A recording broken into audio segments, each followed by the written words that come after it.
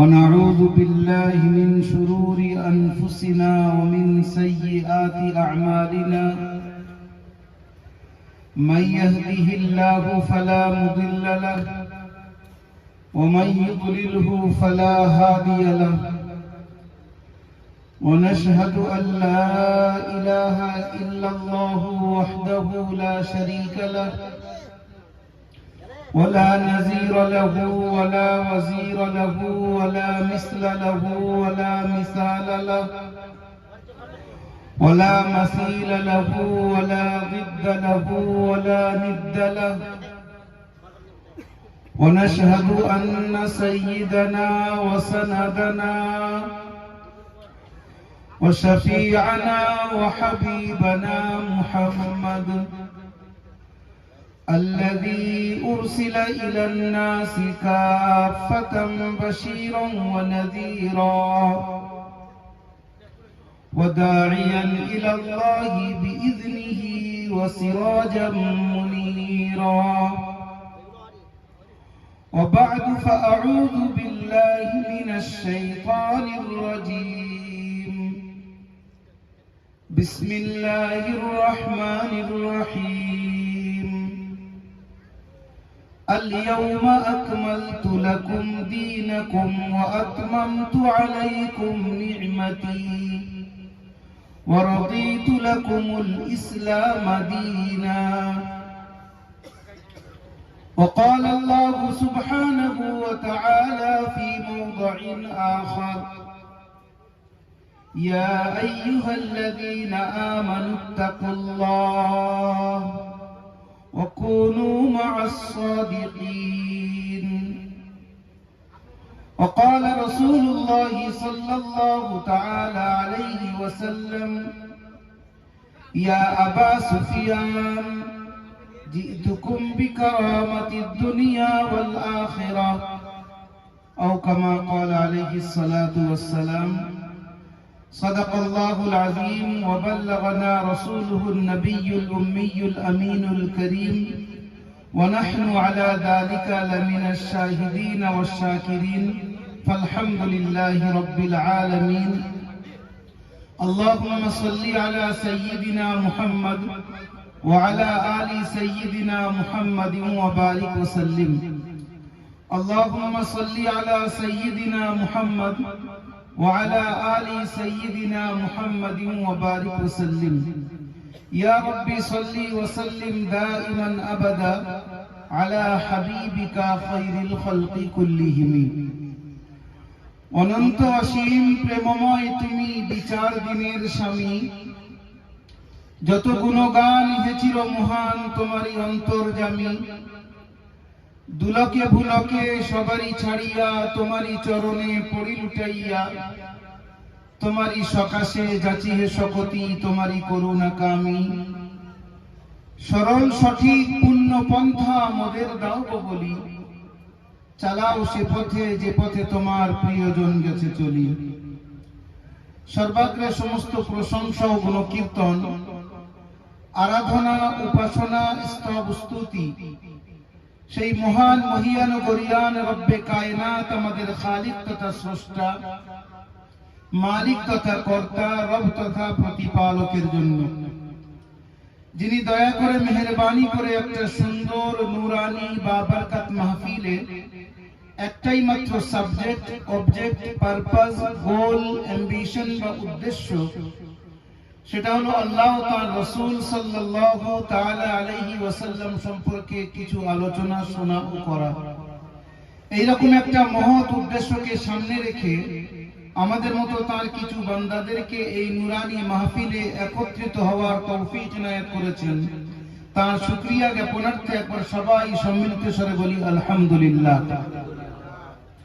অতঃপর আমার আপনার নবী শেষ নবী মহানবী প্রিয় নবী সোনার নবী সাম্প্রদায়িক সম্প্রীতি ঐক্য সংহতির মূর্ত প্রতীক আমেনার দুলাল মরুর ভাস্কর আহমদে মুজতাবা মুহাম্মদে মুস্তাফা সাল্লাল্লাহু তাআলা আলাইহি ওয়াসাল্লামের উপরে অসংখ্য দরুদ ও সালাম বর্ষিত সবাই বলেন আল্লাহু আমিন অতঃপর আজকের সভার নির্ধারিত নির্বাচিত যথাযোগ্য মহামান্য সভাপতি হযরতে উলামায়ে কিরাম, আমার সম্মুখ উপবিষ্ট বয়োজ্যেষ্ঠ সমবয়স্ক বয়কনিষ্ঠ দিনদরদি ভাতৃবৃন্দ, যেখানে যেখানে আওয়াজ যাচ্ছে পর্দার অন্তরালে আমার আম্মা জানেরা, বুবু জানেরা, শ্রেণীগতভাবে সবাইকে সালাম, শুভেচ্ছা, স্নাশিস, সম্ভ্রম সম্ভাষণ জানাই।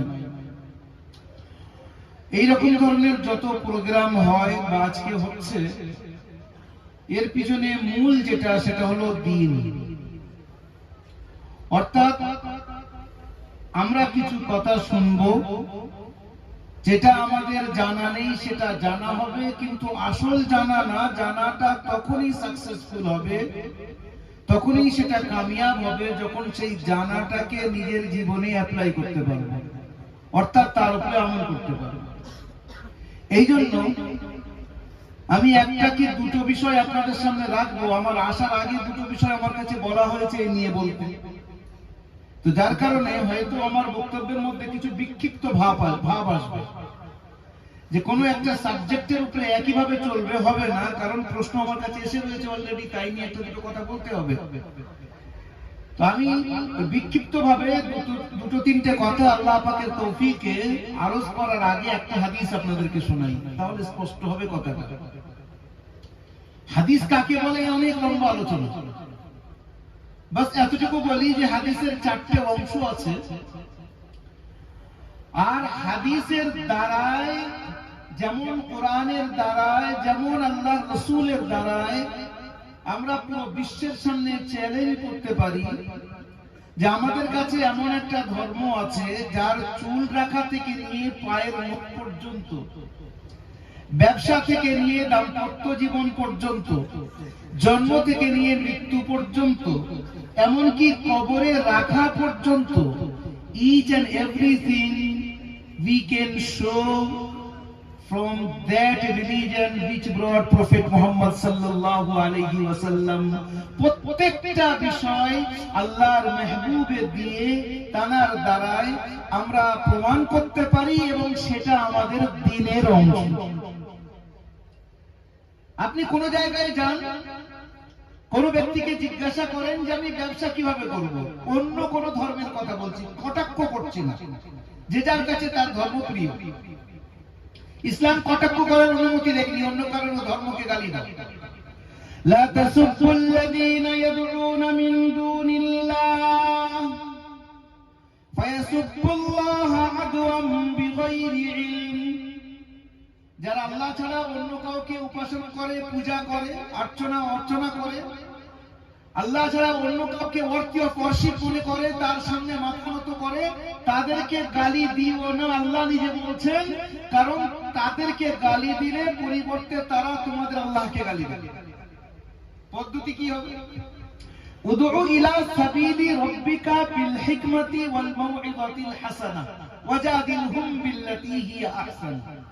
তাদেরকে নিজের রবের দিকে ডাকো, যুক্তির দ্বারা, লজিকের দ্বারা বুঝিয়ে তাদের সামনে দিনটাকে রাখা। এখন যে কথাটা আপনাদের সামনে বলতে যাচ্ছি, যে কারোর কাছে গিয়ে, অন্য কোন ধর্মের কাছে গিয়ে বলেন ব্যবসা কিভাবে করবে, গিয়ে বলেন বিবাহ পদ্ধতি কি, গিয়ে বলেন যে আপনি যে ধর্মকে মানেন সেই ধর্মের যিনি প্রবর্তক, সেই ধর্মের যিনি ফাউন্ডার, তিনি বিবাহ কিভাবে করেছিলেন, তিনি খানা কিভাবে খেতেন, তিনি রাস্তায় চলতেন কিভাবে, তিনি মানুষের সঙ্গে কথা কিভাবে বলতেন, তিনি হাসতেন কেমন ভাবে, তার চলা দেখার আন্দাজ স্টাইল কি ছিল। আমি জিম্মেদারি নিয়ে বলতে পারি, আপনারাও যারা জানেন তারা জানেন, একটা উপমা দিচ্ছে, একটা দুটো, হযরত ঈসা আলাইহিস সালামকে যারা মানেন, আমরাও মানি, কিন্তু আমরা তার শরীয়তকে মানি না। এই জন্য যে শরীয়ত সবশেষ, একটাই শরীয়ত চলবে, সেটা হলো মুহাম্মদ রাসূলুল্লাহর শরীয়ত। কিন্তু ঈসা আলাইহিস সালামকে নবী হিসেবে আমরা মানি, আল্লাহর নবী তিনি নিঃসন্দেহে। যত নবী এসেছেন আল্লাহর রাসূলের আগে সমস্ত নবীর উপর আমরা ঈমান রাখি, হুজুর শেষ নবী, তারপরে কোনো নবী নেই।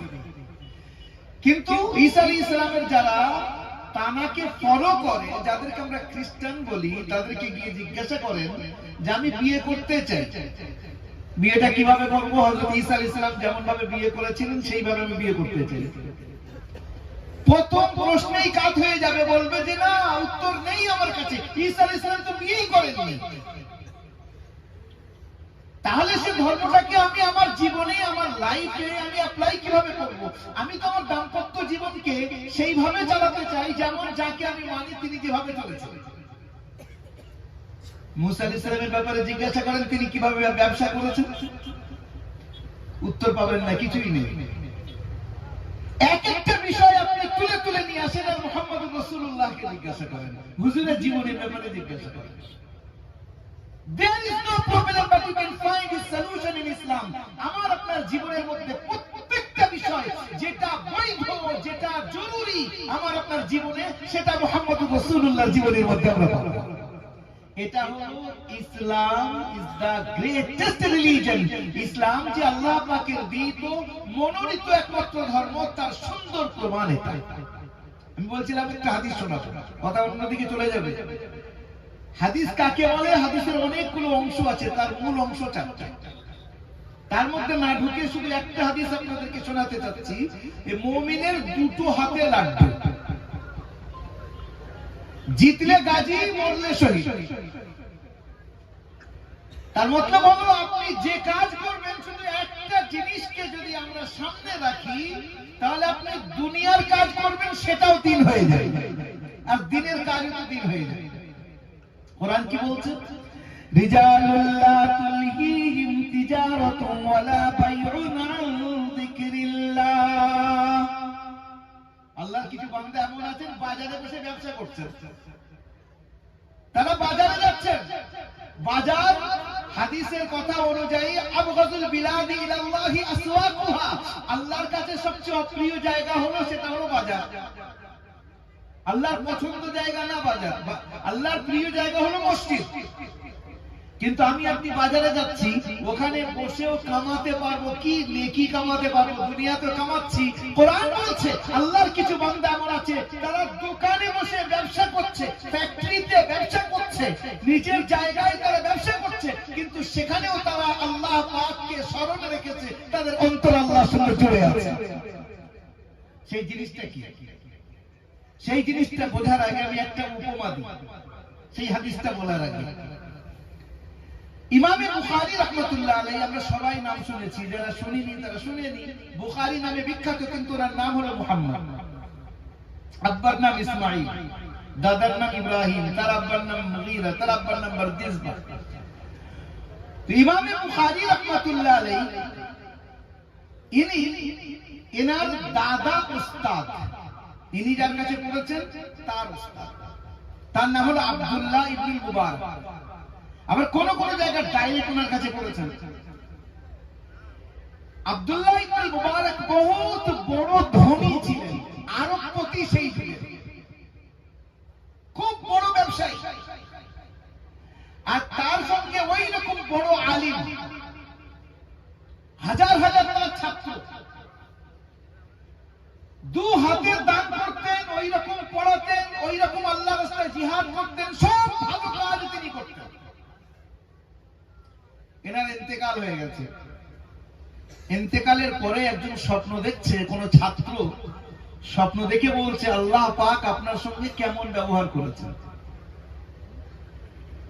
এখানে যে যাই বলুক, ইনি অমুক, ইনি তমুক, ইনি মলি সাহেব, ইনি অমুক সাহেব, চারানা দাম না যদি ওখানে গিয়ে দাম না হয়।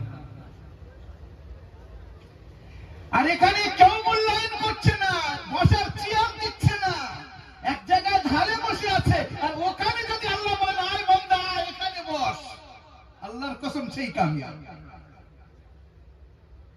আসল কামিয়াবি ওখানে। এখানে একটা বাস লৌকিকতা একটা দেখাতে হয়, তাই আমরা দেখাই, কিন্তু আসল সেখানে যদি ধরা পড়ে তো সে নাকাম, আর যে সেখানে উত্তীর্ণ হয়ে গেল সে কামিয়াব। বলছি যে ইমামে বুখারী রাহমাতুল্লাহ আলাইহির দাদা উস্তাদ আব্দুল্লাহ ইবনে মুবারক রাহমাতুল্লাহ আলাইহিকে তার ছাত্র স্বপ্ন দেখে জিজ্ঞাসা করছেন, হুজুর আপনার সঙ্গে ব্যবহার কেমন হয়েছে? উত্তরে বলছেন যে আল্লাহ পাক আমার উপরে দয়া করেছেন, আমার অনেক মাফ করে দিয়ে অনেক বড় মর্যাদা দিয়েছেন। তবে আশ্চর্যের একটা কথা শোনা, এইটা শোনানোর জন্য আমি এই হাদিসটাকে সামনে রেখে ঘটনাটা আপনাদেরকে শোনাচ্ছি। আমাদের কাছে এই জিনিসটা যদি থাকে, আমরা যারা বসে আছি, যারা শুনছি, যুবক ভাইয়েরা শুনছি, মুরব্বীরা শুনছি, বয়স্করা, মা বোনেরা শুনছি, একটা জিনিসকে সামনে রাখবেন, চেষ্টা করব। আপনি অল্প নেকি করবেন, সে ফুলতে ফুলতে অনেক বড় হয়ে যাবে। জিনিসটা কি এক্ষুনি বুঝতে পারবেন। বলছেন কি যে আশ্চর্যের কথা তোমাকে শোনাবো? বলছে জি বলেন। স্বপ্নের মধ্যে হচ্ছে। কখনো কখনো আল্লাহ পাক কোনো কাউকে স্বপ্নে দেখিয়ে দেন, ওটা আল্লাহর ইচ্ছা, কারোর ইচ্ছা হয় না। বলছে আমার বাড়ির পাশে একটা কামার ছিল। কামার তোমরা সবাই জানি, কামারই বলে। সে কামারের ইন্তেকাল হয়েছে, আর কামারের মর্যাদা আর আমার মর্যাদা আল্লাহ সমান করে দিয়েছেন। আশ্চর্যের বিষয়, ইনি এত বড় আলিম, এত বড় মুহাদ্দিস, দু হাতে দান করেন, হাজার হাজার লাখ লাখ টাকা আল্লাহর রাস্তায় দেন, জিহাদ করেন, মানুষের হিদায়াতের কাজ করেন। আর একটা কামার মানুষ বেচারা, তার মর্যাদা এনার সমতুল্য করে দিয়েছেন। আর মনে প্রশ্ন জেগেছে। প্রশ্নের দুটো ভাগ আছে, একটু বুঝবো ভালো করে। একটাকে বলে হিংসা, একটাকে বলা হয় ঈর্ষা, বাংলায় বলে। আরবিতে বলে হাসাদ আর গিবতা। হাসাদ বা হিংসা, এটা মানুষকে একেবারে উই পোকার মতো গুনে গুনে তাকে একেবারে শেষ করে দেয়। হিংসা হারাম। আপনি কারোর উন্নতি বরদাস্ত করতে পারছেন না, আপনার মন চাচ্ছে ও 12টা বাজুক, এটা হিংসা। এই জিনিসটা খারাপ। হ্যাঁ, আপনি কাউকে উন্নতি দেখছেন, উন্নতি করতে আপনি দোয়া দিচ্ছেন, আল্লাহ ওনাকে দিচ্ছ, আরো দাও, আমাকেও দাও, এটা ভালো।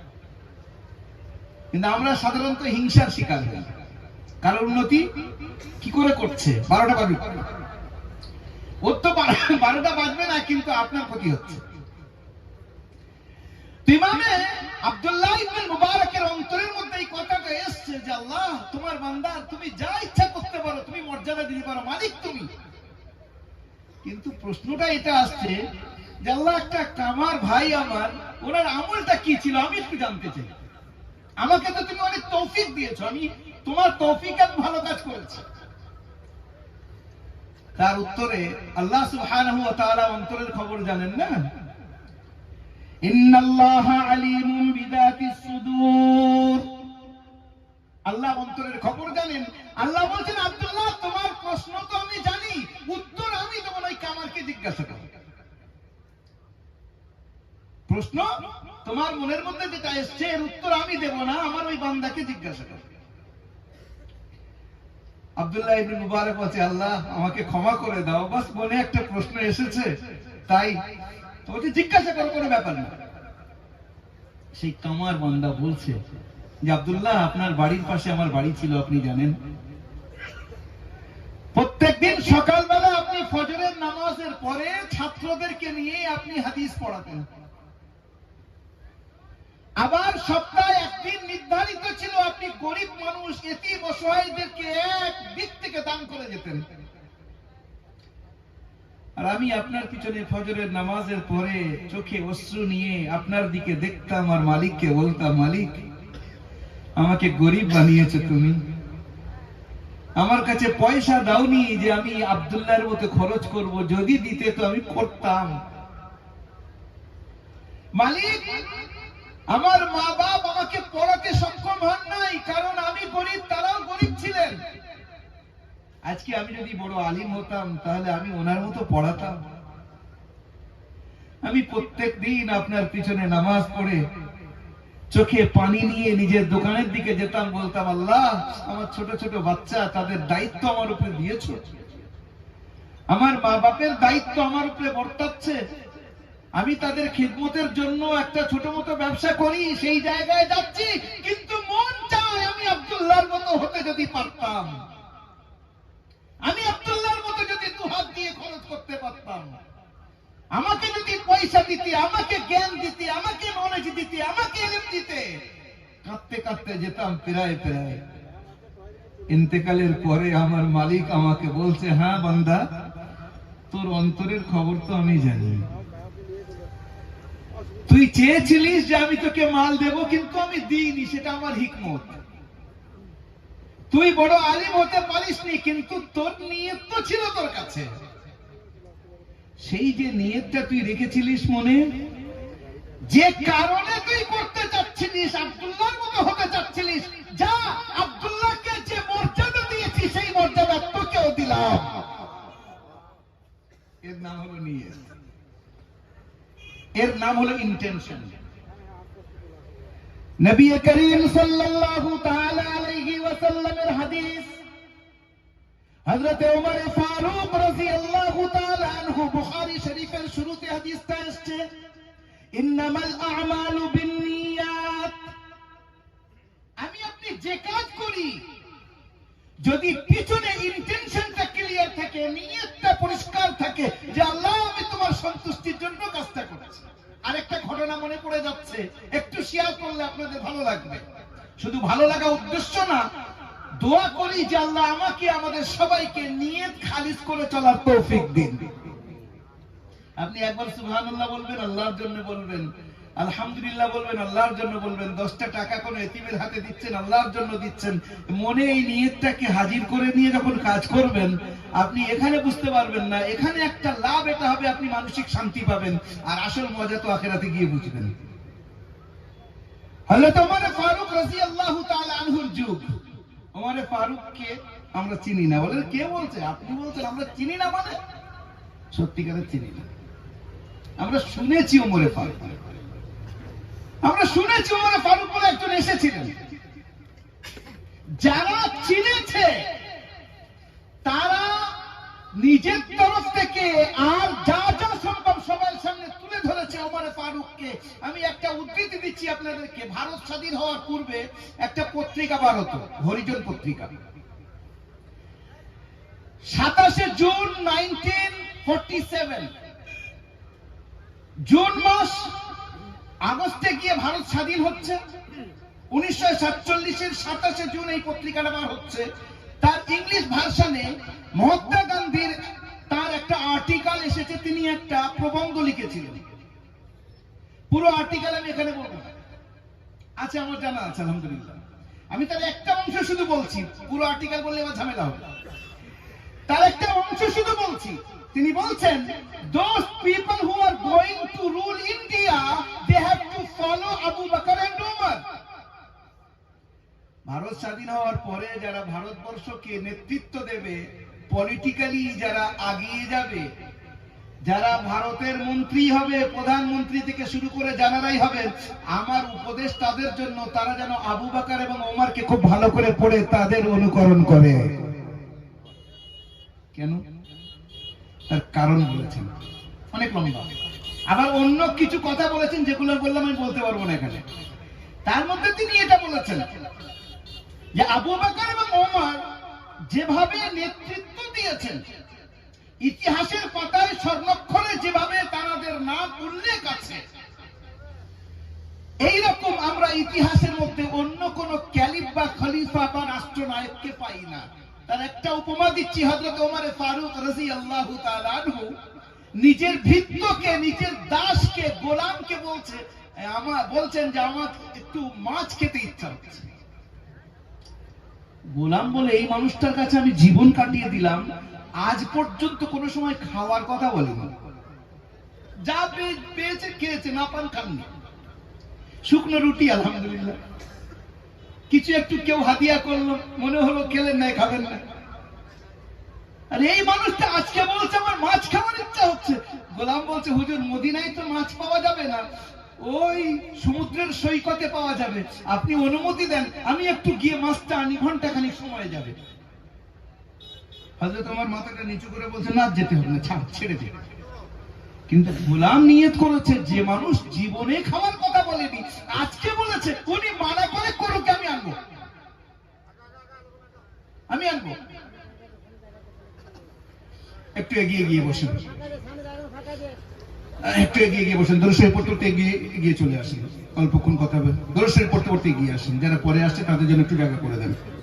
اللهم صل على سيدنا محمد وعلى ال سيدنا محمد وبارك وسلم درشي পড়তে গিয়েছেন اللهم صل على محمد وعلى ال محمد كما صليت على ابراهيم وعلى ال ابراهيم انك حميد مجيد اللهم بارك على محمد وعلى ال محمد كما باركت على ابراهيم وعلى ال ابراهيم انك حميد مجيد হ্যাঁ বসে যান ভাই যে কথাটা বলছিলাম হযরত ওমর ফারুক রাদিয়াল্লাহু তাআলা আনহু বললেন কি আমি মাছ খাবো তো গোলাম যখন বলছে যে হুজুর মদিনায় তো পাওয়া যাবে না আমি দূরে গিয়ে নিয়ে আসবো সৈকতে গিয়ে সমুদ্র সৈকতে উনি মাথা নিচু করে বলছেন না যেতে হবে না ছেড়ে দে গোলাম নিয়ত করে নিয়েছে উনি যা পারে বলবে আমি যাব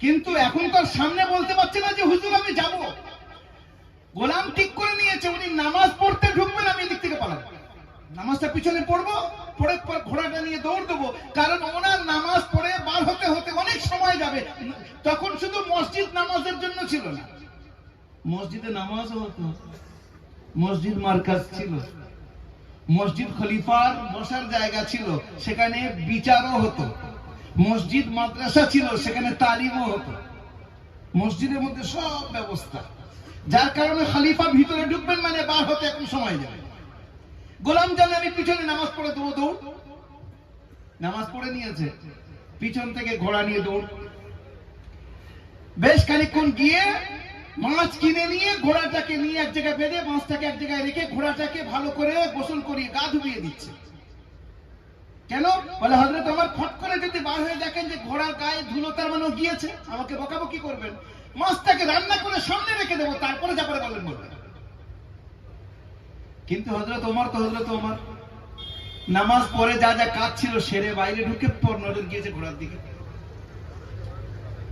ঘোড়ার কাছে গিয়ে পর কানটাকে উল্টে দেখছেন ঘোড়ার কানটা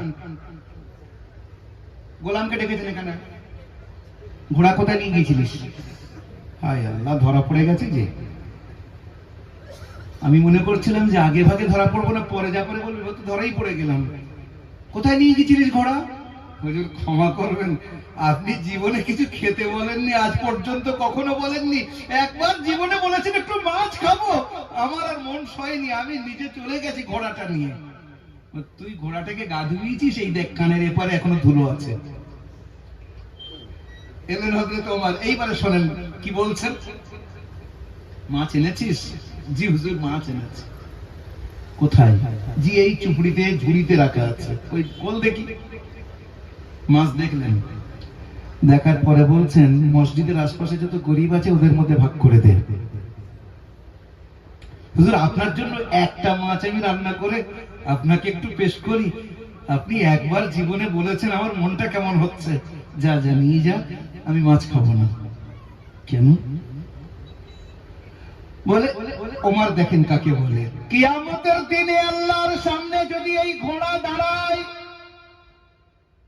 ঘোড়া এই কথা বলে ওমর নিজের স্বার্থ সিদ্ধির জন্য আমাকে দৌড় করিয়েছে এ আল্লাহ তোমার রাস্তায় না জিহাদে না কেবলমাত্র মাছ খাওয়ার জন্য ঘোড়া দৌড় করিয়েছে আমাকে দৌড় করিয়েছে আল্লাহর সামনে আমি কি উত্তর দেব অথচ নাজায়েজ কিচ্ছু না ঘোড়া তো একটা গাড়ি গাড়ি মানুষ ব্যবহার করবে নিজের কাজের জন্য নাজায়েজ কিচ্ছু না ঠিক করেছে সে কিন্তু ওমরের নজর অন্য জায়গায় সেই ওমরের যুগে কথা লম্বা হয়ে যাচ্ছে ওমরের যুগে অনেক যুদ্ধ হয়েছিল আমি বলছিলাম একটা হাদিসের কথা আপনাদেরকে অনেক যুদ্ধ হয়েছিল একটা যুদ্ধ হয়েছে তখনকার সুপার পাওয়ার ছিল যেমন বর্তমানে দাদা আছে আমেরিকা সব জায়গায় দাদাগিরি করে বেড়ায় একটা দেশের রাষ্ট্রপতিকে হাইজ্যাক করে তার দেশ থেকে তুলে নিয়ে যাচ্ছে পুরো পৃথিবী চুপ কিরকম দাদাগিরি সেখানকার মানুষ ভোট দিয়ে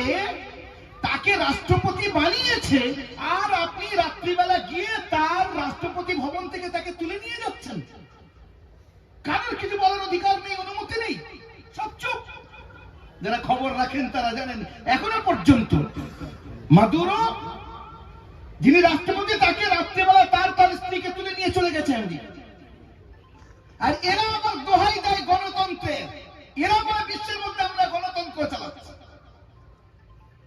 তো তখনকার যুগে আমেরিকা ছিল ইরান তখনকার সুপার পাওয়ার ছিল ইরান সেই ইরানের বিরুদ্ধে মুসলমানদের যুদ্ধ চলছে, হযরত ওমর ফারুক রাদিয়াল্লাহু তাআলা আনহু তখন মুসলমানদের খলিফা, আর যুদ্ধে যিনি নেতৃত্ব দিচ্ছেন তার নাম হলো সাদ ইবনে আবি ওয়াক্কাস রাদিয়াল্লাহু তাআলা আনহু।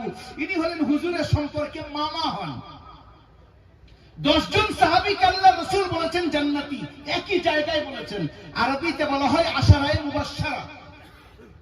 আবু বকর জান্নাতি, উমর জান্নাতি, উসমান জান্নাতি, আলী জান্নাতি, তালহা জান্নাতি, জুবাইর জান্নাতি, সাঈদ বিন যায়েদ জান্নাতি, সাদ ইবনে আবি ওয়াক্কাস জান্নাতি, আব্দুর রহমান ইবনে আউফ জান্নাতি, আবু উবাইদা ইবনে জাররাহ জান্নাতি।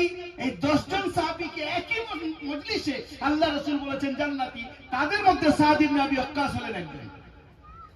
এই সাদ ইবনে আবি ওয়াক্কাস রাদিয়াল্লাহু তাআলা আনহু নেতৃত্ব দিচ্ছেন কাদিসিয়ার যুদ্ধের মধ্যে। ইরানের মধ্যে কাদিসি বলে একটা জায়গা আছে সেখানে। আর ওনার ঘোড়া উঠেছে, যার কারণে উনি চলতে পারছেন না, চেয়ারে বসে বসে নেতৃত্ব দিচ্ছেন, চলার ক্ষমতা নেই। যুদ্ধ একদিকে 3 লক্ষ আর একদিকে 30,000। ইসলাম কখনো কোনো সময় কোয়ান্টিটিকে দেখেনি। সংখ্যা বেশি হতে হবে, তারপরে জিতবো। আসল সম্পর্ক ইসলামের ব্যাপারে যেটা, সেটা আল্লাহর সঙ্গে সম্পর্ক। আল্লাহর সঙ্গে সম্পর্ক ঠিক থাকলে অল্প হলেও আল্লাহ পাক তাদেরকে কামিয়াব করে দেবে। আর সংখ্যা অনেক বেশি, আমরা নিজেদের সংখ্যার উপরে ভরসা করছি যে আমরা এই কাজ করব, কিছু হবে না, সব একদিক থেকে এদিক থেকে ওদিক হয়ে যাবে, কিচ্ছু করতে পারবে না। হযরত সাদ ইবনে আবি ওয়াক্কাস বসে আছেন, 3 দিন ধরে সর্বনাশী যুদ্ধ চলছে, 3,30,000। আল্লাহ পাক এই 30,000 ওয়ালাদেরকে কামিয়াব করে দিয়েছেন, বলে সুবহানাল্লাহ। যখন জিতে গেছেন এরা, ওদের কয়েক হাজার মানুষ মারা পড়েছে। সন্ধ্যা ঘনিয়ে আসছে, ওদের বিভিন্ন জিনিস যেটাকে মালে গনিমত বলে সেগুলোকে সব জোগাড় করছে, জমা করছে। ঠিক সন্ধ্যার কাছাকাছি একজন ব্যক্তি আসছে। যিনি আসছে তার গায়ে যে জামাটা আছে না, তালি লাগানো। তালি লাগানো তো আমরা বুঝি, তালি লাগানো ছিঁড়ে গেছে তো তালি দিয়ে রেখেছে, পায়জামাও তালি লাগানো, আর চেহারাটাকে লুকিয়ে রেখেছে, শুধু চোখটা দেখা যাচ্ছে। আর তার হাতে একটা জিনিস আছে, সেই জিনিসটাকে চাপা দিয়ে রেখেছে কোনো কাপড় দিয়ে। আর এসে সাদ ইবনে আবি ওয়াক্কাসের সামনে দাঁড়িয়ে মুখটাকে একটু ঘুরিয়ে নিয়ে বলছে, এই না, এটা আমানত, আপনি রেখে দেন। সাদ ইবনে আবি ওয়াক্কাস বলছেন, লোকটা কেউ চিনতে পারছি না, রুমাল দিয়ে পুরো ঢেকে রেখেছে, চোখটা দেখা যাচ্ছে, কি দিয়েছে আগে দেখি। কাপড়টাকে খুলে দেখছে, সর্বনাশ, ওই পুরো যুদ্ধের সবচেয়ে দামি জিনিস, সেটা হলো ইরানের বাদশাহ যে হুরমুজ ছিল যার নাম, সেই হুরমুজের মাথার তাজ ওটা। অত বড়, তখনকার সবচেয়ে বড় শক্তিশালী দেশ ইরান, সেখানকার বাদশার মাথার তাজ মানে কি হতে পারে, কিরকম দামি দামি হিরে মণি মুক্তা তাতে লাগানো আছে। সাদ ইবনে আবি ওয়াক্কাস ওটাকে ঘুরিয়ে ঘুরিয়ে দেখছেন, এ কোনো হিরে এদিক ওদিক করে দেয়নি তো। ভালো করে ঘুরিয়ে দেখলেন একদম সব ঠিক আছে। রেখে দিয়ে বলছেন ওই ব্যক্তিকে, ভাই, ইয়া উখাই, আমার ভাই, নিজের চেহারাটাকে আমাকে দেখাও। কেন? লিমাযা? লিন্নি উরিদ আন উতিয়াকা হাদিয়া মিন কিবালি। আমি তোমাকে একটু গিফট দিতে চাই, একটু প্রেজেন্টেশন দিতে চাই, একটু উপহার দিতে চাই। এত দামি জিনিস তুমি নিয়ে যদি পালাতে, কে তোমাকে ধরতো? কিন্তু তুমি তো এনে দিয়েছো আমার কাছে, আর ইসলাম আমাকে অধিকার দিয়েছে, আমি কমান্ডার ইন চিফ, আমি তোমাকে দিতে পারি। আমি তোমার চেহারাটাকে দেখতে যাচ্ছি। ও মুসলমান শুনেন তার নিয়তটা কি রকম। চেহারাটাকে অন্যদিকে ঘুরিয়ে নিয়ে ভালো করে আরো সুন্দর করে বন্ধ করে নিয়েছে, নিয়ে বলছে, লা হাজাতা লি ইলা হাদিয়াতিক, আপনার উপহারের আমার প্রয়োজন নেই, যেখান থেকে নেওয়ার আমি সেখান থেকে নিয়ে নেব। এর নাম হলো নিয়ত। যারা এই ঠান্ডার রাতে আমরা কুরবানি দিয়ে সেখানে বসেছি, বাস আমি কথাটা লম্বা করে ফেলেছি কথা বলতে গিয়ে, এতটুকু নিয়েতে রাখি যে আল্লাহ 2-3টে কথা আমি আপনাদের সামনে রাখবো, একদম শর্টে শর্টে, নয়তো একটা কথার উপরে অনেক কথা বার হয়ে যাবে। ইনশাআল্লাহ আপ্রাণ চেষ্টা করব তার উপরে আমল করার, এই নিয়তটা এখানে নিয়ে বসে। যুবক ভাইদেরকে বলছি, মা বোনেদেরকে বলছি, বয়স্ক বাবাজিদেরকে বলছি, যারাই আছি আমরা এটা নিয়ে রাখি যে দুটো তিনটে জিনিস আমি আপনাদের সামনে রাখবো, যেটা প্রশ্নেই এসছে। এই যে মাস চলছে এটা হলো রজব মাস, আরবিতে রজব মাস বলে এটা। আমরা তো জানুয়ারিটা খুব ভালো করে চিনি, হ্যাঁ? আর জানুয়ারি, পয়লা জানুয়ারি কি করতে হয় আমাদের মোল্লাদের ছেলেরা জানে ভালো কি করার প্রয়োজন। 25শে ডিসেম্বর থেকে শুরু হবে আর পয়লা জানুয়ারি আর তারপরে চলতে থাকবে, আল্লাহ মাফ করুক।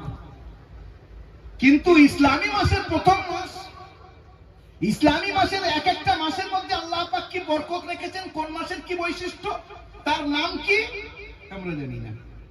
ছোট একটা বাচ্চাকে দাঁড় করিয়ে দেন যে বর্তমানে ক্রিকেট যারা খেলছে তাদের মধ্যে সুন্দর ক্রিকেটার কে, মানে যে সুন্দর খেলতে পারে, একদম ফটফট করে নাম বলে দেবে যারা ওই নিয়ে ইন্টারেস্টেড। কিন্তু ইসলামী ব্যাপারে আমরা আমাদের বাচ্চাদেরকে অতটা এগিয়ে নিয়ে যেতে এখনো পারিনি। বলছিলাম এই মাসের মধ্যে একটা ঘটনা ঘটেছে, যদিও বা তার ব্যাপারে 5টা মত আছে, আমি সেই পুরো ঘটনায় যাচ্ছি না। তার মধ্যে যে প্রশ্নটা এসছে একটা দুটো কথা তার মধ্যে থেকে বলছি। সেই ঘটনার নাম হলো মেরাজের ঘটনা। এই মাসের 27 তারিখে নবী করিম সাল্লাল্লাহু আলাইহি ওয়াসাল্লামকে আল্লাহ পাক নিজের কাছে ডেকেছিলেন, যেটা হুজুরের বৈশিষ্ট্য। একটা রায়, একটা মত হলো এই, এর উপরে 5টা মত আছে, 5টাই নিজের জায়গায় ঠিক, কিন্তু একটা মত এটা। মেরাজ কাকে বলে, ইসরা কাকে বলে, লম্বা ঘটনা। নবী করিম সাল্লাল্লাহু আলাইহি ওয়াসাল্লাম নিজে শুয়ে আছেন হাতিমের সামনে। যারা হাজী সাহেব যদি কেউ এখানে থাকেন জানবেন, বা কাবা শরীফের আপনি ছবি দেখবেন, কাবা শরীফের ছবি দেখবেন, তার সামনে খানিকটা জায়গা একটু উঁচু মতো আছে, ওর উপরে ছাদ নেই, ওটাকে বলা হয় হাতিম। হুজুর ওখানে শুয়ে আছেন। অথবা অন্য জায়গায় উম্মে হানির বাড়িতে শুয়েছিলেন, সেখান থেকে আল্লাহ রসুলকে দুজন ব্যক্তি তুলে নিয়ে এসেছে, তুলে নিয়ে এসে ওখানে রেখে, আর হুজুরের পবিত্র সিনার উপর থেকে নিয়ে একদম এই উপর থেকে পুরোটা বুকটাকে একটা ছুরি দিয়ে পুরো চিরে ফেলে দিল একজন। দুজন ছিল তারা। একটা পাত্রে ওই ছুরি রাখা ছিল সোনার পাত্র, আর একটা পাত্রে রাখা ছিল নূর আর হিকমত। এখন হুজুরের সিনাটাকে চিরে তার মধ্যে থেকে হুজুরের দিল মুবারককে বার করেছে, বার করে সেটাকে কেটেছে, কেটে জমজমের পানি দিয়ে হুজুরের দিল মুবারককে ধুয়েছে। আশ্চর্য! ওই পাত্র নিয়ে এসছেন তো জান্নাত থেকে, ছুরি নিয়ে এসছেন জান্নাত থেকে, পানি নিচ্ছে এখান থেকে। কোথায়? জমজম থেকে। জমজমের কুয়ার ভিতরের যদি কোন রূপ আপনারা দেখতে চান, এখন অ্যাভেলেবেল, গুগলে সার্চ করলে পেয়ে যাবেন। ছোট একটা কুয়া, আর তার চারিদিকে ছোট ছোট ছিদ্র আছে, ছোট ছোট ছিদ্র। হিসেব করে দেখেন, যখন হজের সময় হয় 40-50 লক্ষ হাজি হজ করে। রমজান মাসে হজের থেকেও বেশি ভিড় হয় উমরাতে। পুরো বছর লক্ষ লক্ষ মানুষ প্রত্যেক দিন উমরায় যাচ্ছে। এক একটা মানুষ কমপক্ষে 5 লিটার করে পানি সেখান থেকে আনে। আর কাবা শরীফ আর হারাম শরীফের সব জায়গায় ওই জমজমের ট্যাপ লাগানো আছে, আপনি যত ইচ্ছা জমজম পান করেন। একটা ছোট্ট কুয়া, আজ এত হাজার বছর ধরে পানি এক ফোঁটাও সেখান থেকে কম হচ্ছে না। হাজার হাজার না, লক্ষ লক্ষ না, কোটি কোটি, আরো আরব লিটার প্রত্যেক দিন সেই কুয়া থেকে আসছে, আর তার পানির কোনো শেষ নেই। জোরে বলেন সুবহানাল্লাহ। শুধু তাই না, বিজ্ঞানীরা, সায়েন্টিস্টরা এটাকে পরীক্ষা করেছে কয়েক দিক থেকে, যে এই কুয়ার সম্পর্ক কোন সমুদ্রের সঙ্গে তো না। এই যে পৃথিবীর বড় বড় সমুদ্র আছে, কোন সমুদ্র থেকে পানি পিউরিফাইড হয়ে আসছে? তারা ওটাকে পরীক্ষা করেছে, সেটা যা বলছে কোন সমুদ্রের সঙ্গে কোনো সম্পর্ক নেই। ওটা যা, ওই পানিটাকে নিয়ে বিভিন্ন ল্যাবে পরীক্ষা করেছে, আমেরিকা থেকে নিয়ে, অস্ট্রেলিয়া থেকে নিয়ে, সব জায়গায় যত জায়গায় ল্যাবরেটরি আছে, পরীক্ষা করার পরে তারা বলছে পৃথিবীর মধ্যে এত সুন্দর হেলদি পানি, যেটা শরীরের জন্য খাদ্যেরও কাজ দেবে, পানিরও কাজ দেবে, এত সুন্দর পানি পুরো পৃথিবী দ্বিতীয় কোথাও নেই। এই সেই পানি নবী করিম সাল্লাল্লাহু আলাইহি ওয়াসাল্লামের দিল মুবারককে ওই পানি দিয়ে ধোয়া হলো। এই জন্য হাদিস শরীফের মধ্যে এসছে মা উ জমজম লিমা শুরিবালা, জমজমের পানি যে উদ্দেশ্যে মানুষ খাবে আল্লাহ সে উদ্দেশ্য পুরো করে দেয়। নিয়তটা ঠিক রাখতে হবে। আপনার শরীর খারাপ, আপনি দাঁড়িয়ে পানিটাকে খাচ্ছেন, জমজমের পানি দাঁড়িয়ে খাওয়া হলো আদব। দাঁড়িয়ে আপনি দোয়া করতেন, আল্লাহ আমার এই রোগটাকে ভালো করে দাও। আপনারা দেখেছেন, আমি নিজে চোখে দেখেছি, এয়ারপোর্টে দেখা হচ্ছে মেটিয়া বুরুজের একজন উস্তাগারের সঙ্গে, যখন যাচ্ছেন তো আমার ভয় লাগছে যে ইনি ফিরবেন কিনা, এত শরীর খারাপ, তার স্ত্রী তার সঙ্গে আছে। হ্যাঁ, মেটিয়া বুরুজ একটা জায়গা আছে, আমি যাই সেখানে, সেই মানুষের তার নাম হলো রজব আলী ভাই। যখন এয়ারপোর্টে দেখা হচ্ছে তাই বলে আপনার এত শরীর খারাপ যাচ্ছেন, বলে আল্লাহ যদি ওখানে আমার মাটি রাখে ওই উদ্দেশ্যে যাচ্ছি, চলার ক্ষমতা নেই। মদিনা ফেরার সময় মদিনায় এয়ারপোর্টে দেখা হচ্ছে, ও আল্লাহর বান্দা দৌড়চ্ছে। হাজী সাহেব কি বলে, হুজুর আল্লাহর ঘরের বরকত জমজমের পানি আর মদিনার খেজুর আমাকে জোয়ান করে দিয়েছে, অর্থাৎ আমি পরিপূর্ণ সুস্থ হয়ে গেছি। আল্লাহর মেহবুব সাল্লাল্লাহু আলাইহি ওয়াসাল্লামের দিল মুবারককে ধোয়া হয়েছে, তারপরে তার মধ্যে নূর আর হিকমত দেওয়া হয়েছে, দেওয়ার পরে সেটাকে সেলাই করা হচ্ছে। ডক্টর বাবু যারা আছেন, যদি কেউ থাকেন, বর্তমান বিশ্বের মধ্যে ওপেন হার্ট সার্জারি, দিলটাকে কেটে বা দিলের যে অসুবিধা হয় সেটাকে সার্জারি করতে হয়, যেটাকে আমরা বলি ওপেন হার্ট সার্জারি। ইতিহাসের মধ্যে হুজুরের জীবনের পূর্বে কখনো ওপেন হার্ট সার্জারির কোনো কনসেপ্ট আমরা পাই না। সবচেয়ে প্রথমে আল্লাহর মেহবুবের সঙ্গে এটা করা হয়েছে। আর যদি তাদের দিল বড় থাকে তো তারা বলুক এই কনসেপ্ট কোথায় পেয়েছে। মুহাম্মদ রাসূলুল্লাহর জীবনের মধ্যে আমরা খুঁজে পাই যে আল্লাহ রাসূলের এইরকম ভাবে তার দিলটাকে কেটে অপারেশন করে তার মধ্যে আল্লাহ পাকের ফেরেশতা এসে নূর আর হিকমত দিয়েছেন। তারপরে হুজুরের জন্য আনা হলো একটা সুন্দর দেখে একটা বুরাক। বুরাক কিরকম? খচ্চরের থেকে ছোট আর গাধার থেকে বড়, সাদা কালারের। বুরাক মানে কি? বারকুন থেকে এসছে। বারক এর মানে হলো বিদ্যুৎ। একাদুল বারকু ইয়াখতাফু আবসারহুম কুল্লামা আদাআ লাহুম মাশরাফি, মানে তার গতি এত জোরে যে হুজুরের দৃষ্টি যত দূর পড়ছে এর পা একটা পা সেখানে পড়ছে, এত দ্রুত গতিতে যাচ্ছে। হুজুর গেলেন কোথায়? সোজা গেলেন বাইতুল মুকাদ্দাসে। হুজুরের দুদিকে হুজুরের দুই বন্ধু আছে, বডিগার্ড। আমি পুরো ঘটনা বলছি না, প্রশ্ন যে দুটো এসছে সেই প্রশ্নের মধ্যে উত্তর রয়েছে, তাই আমি মধ্যখানে কথাটা নিয়ে আসছি। হুজুর এই যে যাচ্ছেন এর মধ্যে অনেক ঘটনা ঘটেছে, একটা কথা আপনাদেরকে বলছি, প্রশ্ন যেটা এসছে তার উত্তরে। হুজুর দেখছেন মিশরের উপর থেকে যখন হুজুর যাচ্ছেন তো মিশরের মধ্যে দেখতে পাচ্ছেন যে এক জায়গা থেকে নূর উঠছে, নূর, আর সোজা আকাশের দিকে আল্লাহর আরশের দিকে উড়ে উড়ে যাচ্ছে।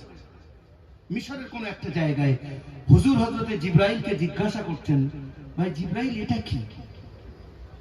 ইয়া রাসূলুল্লাহ, ইয়া হাবিবাল্লাহ, অনেক আগেকার ঘটনা, বলো।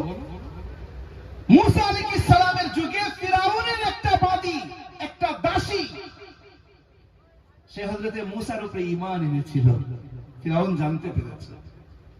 ফিরাউন জানতে পারার পর সেই দাসীকে নিজের কাছে ডেকেছে। তার দুটো বাচ্চা, একটা 5 বছরের কাছাকাছি বয়স আর একটা দুধ খাওয়া বাচ্চা। ফিরাউন বলছে, তোর হিম্মত কি করে হলো? আমি তোর খোদা, তুই আমাকে মানার পরিবর্তে, আরে মুসাকে আমি মানুষ করেছি, আমার কোলে মানুষ হয়েছে, তার খোদা আবার কে? তার উপর তো ঈমান এনেছিস। কিন্তু ঈমান এমন একটা জিনিস, যখন অন্তরের ভিতরে ঢুকে যায়, আসল জায়গায় যখন এসে যাবে, এই গলা জীবন সব দিতে প্রস্তুত, কিন্তু আল্লাহকে সে কখনো ছাড়তে পারবে না।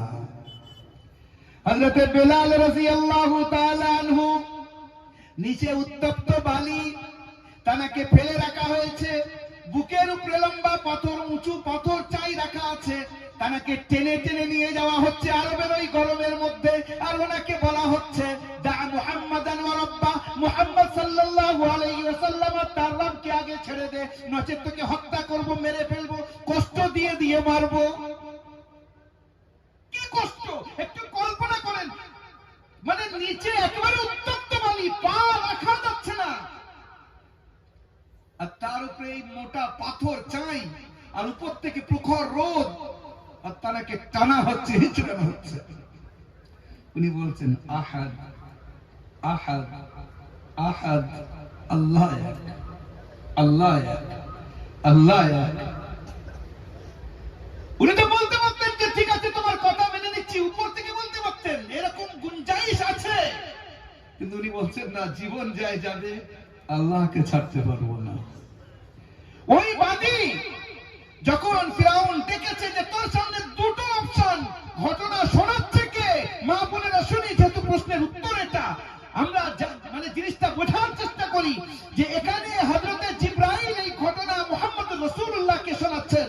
বলছি ইয়া রাসূলুল্লাহ, ওই বাদী যখন ফিরাউন ডেকে বলছে তোর সামনে দুটো অপশন, হয় তুই মুসা ও তার রবকে ছাড়, অথবা প্রথমে তোর বাচ্চা বড়টাকে, তারপরে এই দুধের বাচ্চাকে একটা কড়াই তেল দিয়ে টকবক টকবক করে ফোটাচ্ছে, আর বলছে প্রথম তো দুটো বাচ্চাকে এক এক করে ফেলবো ওর মধ্যে, তারপরে তোকে ফেলবো। মায়ের সামনে তার বাচ্চার যদি এইরকম কিছু করা হয়, মা মরে যেতে ভালোবাসবে, বাচ্চার এই পরিস্থিতি কখনো দেখতে পারবে না।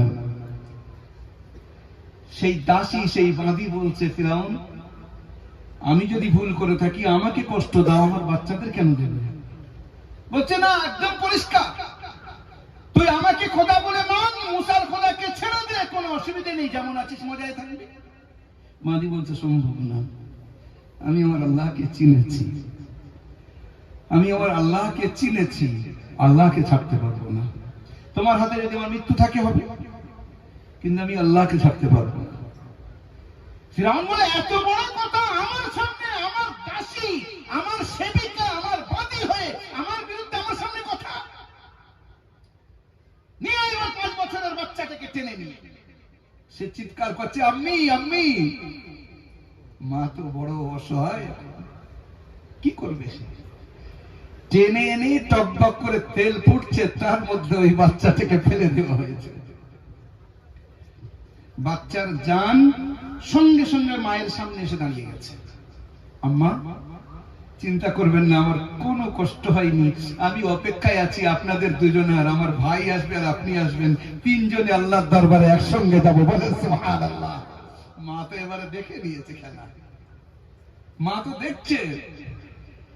এইবারে বলছে আর বল, আমার কথা মানছিস? আমার একটা বাচ্চা চলে গেছে, আর কি মানবো, মানার কোনো রাস্তাই নেই, আমি তো আল্লাহকে মেনে নিয়েছি। কচি বাচ্চা দুধ খাচ্ছে, যে বাচ্চা, সেই বাচ্চাকে টেনে ফেলেছে, সে চিৎকার করছে, তাকে নিয়ে ওই জায়গায় ফেলে দিয়েছে। 2 বাচ্চার 2 ভাইয়ের জান সামনে, আত্মা সামনে এসে দাঁড়িয়ে গেছে, আমরা অপেক্ষা করছি, আপনি আসেন। হযরতে জিবরাইল বলছেন ইয়া রাসূলুল্লাহ, ইয়া হাবিবাল্লাহ, হুজুর। এইবারে ফিরাউন বাদীকে বলছে শেষ চান্স তোকে দিচ্ছি, বল এখনো তুই আমাকে খোদা বলে মানছিস কিনা, মুসা তার রবকে ছাড়ছিস কিনা? বাদী উত্তরে বলছে কখনোই না, কখনোই না, একমাত্র আল্লাহকে আমি মানি, মুসাকে তার নবী হিসেবে মানি। বলে তাহলে মরণ ছাড়া তোর কোনো অন্য কোনো বিকল্প রাস্তা নেই, তোর শেষ ইচ্ছা কি সেটা একবার বল। সেই বাদী তখন বলছে আমার ইচ্ছা তুই কি পূরণ করবি, তুই তো দুনিয়ার গরিব, তোর পূরণ করার ক্ষমতা কি রে? আমরা যাদের পিছনে দৌড়ই যে অমুকে আমার এই কাজ করে দেবে, অমুকে আমার এই কাজ করে দেবে, সে বেচারার ভিতরের খবর নিয়ে দেখেন সে সবচেয়ে বড় গরিব। সে সব, আমি ইঙ্গিত করছি, বাদ বাকি বোঝার বুঝে নেবেন, সে বেচারা নিজেই অপরের মোকাপেক্ষী, সে আমার কি করবে? তখন বলছে ঠিক আছে, তুই যখন মানছিস না, তোকে একটা কথা বলি, আমি মারা যাওয়ার পরে আমার বাচ্চাদের আর আমার হাড্ডিকে একই জায়গায় দাফন করে দিস, বাস এতটুকু কথা। বলে এইটুকু কথা? বলে হ্যাঁ, বল ঠিক আছে, এটা করে দেবো। বলে তাকে নিয়ে আবার তেলের মধ্যে ফেলে দেওয়া হলো। হযরতে জিবরাইল বলছেন ইয়া রাসূলুল্লাহ, ওই 2 বাচ্চা আর তার মাকে যে জায়গায় দাফন করা হয়েছিল, সেখান থেকে নূর আজও পর্যন্ত আল্লাহর আরশের দিকে উড়ে উড়ে যাচ্ছে। বলেন সুবহানাল্লাহ। ইসলামকে, ঈমানকে হেফাজতের জন্য এইভাবে কুরবানি দিয়েছে। আজ আমাদের মায়েরা, আমরা চাই যে আমাদের বাচ্চারা আমাদের কথা শুনুক, আমরা চাই আমাদের সন্তান আমাদের চোখে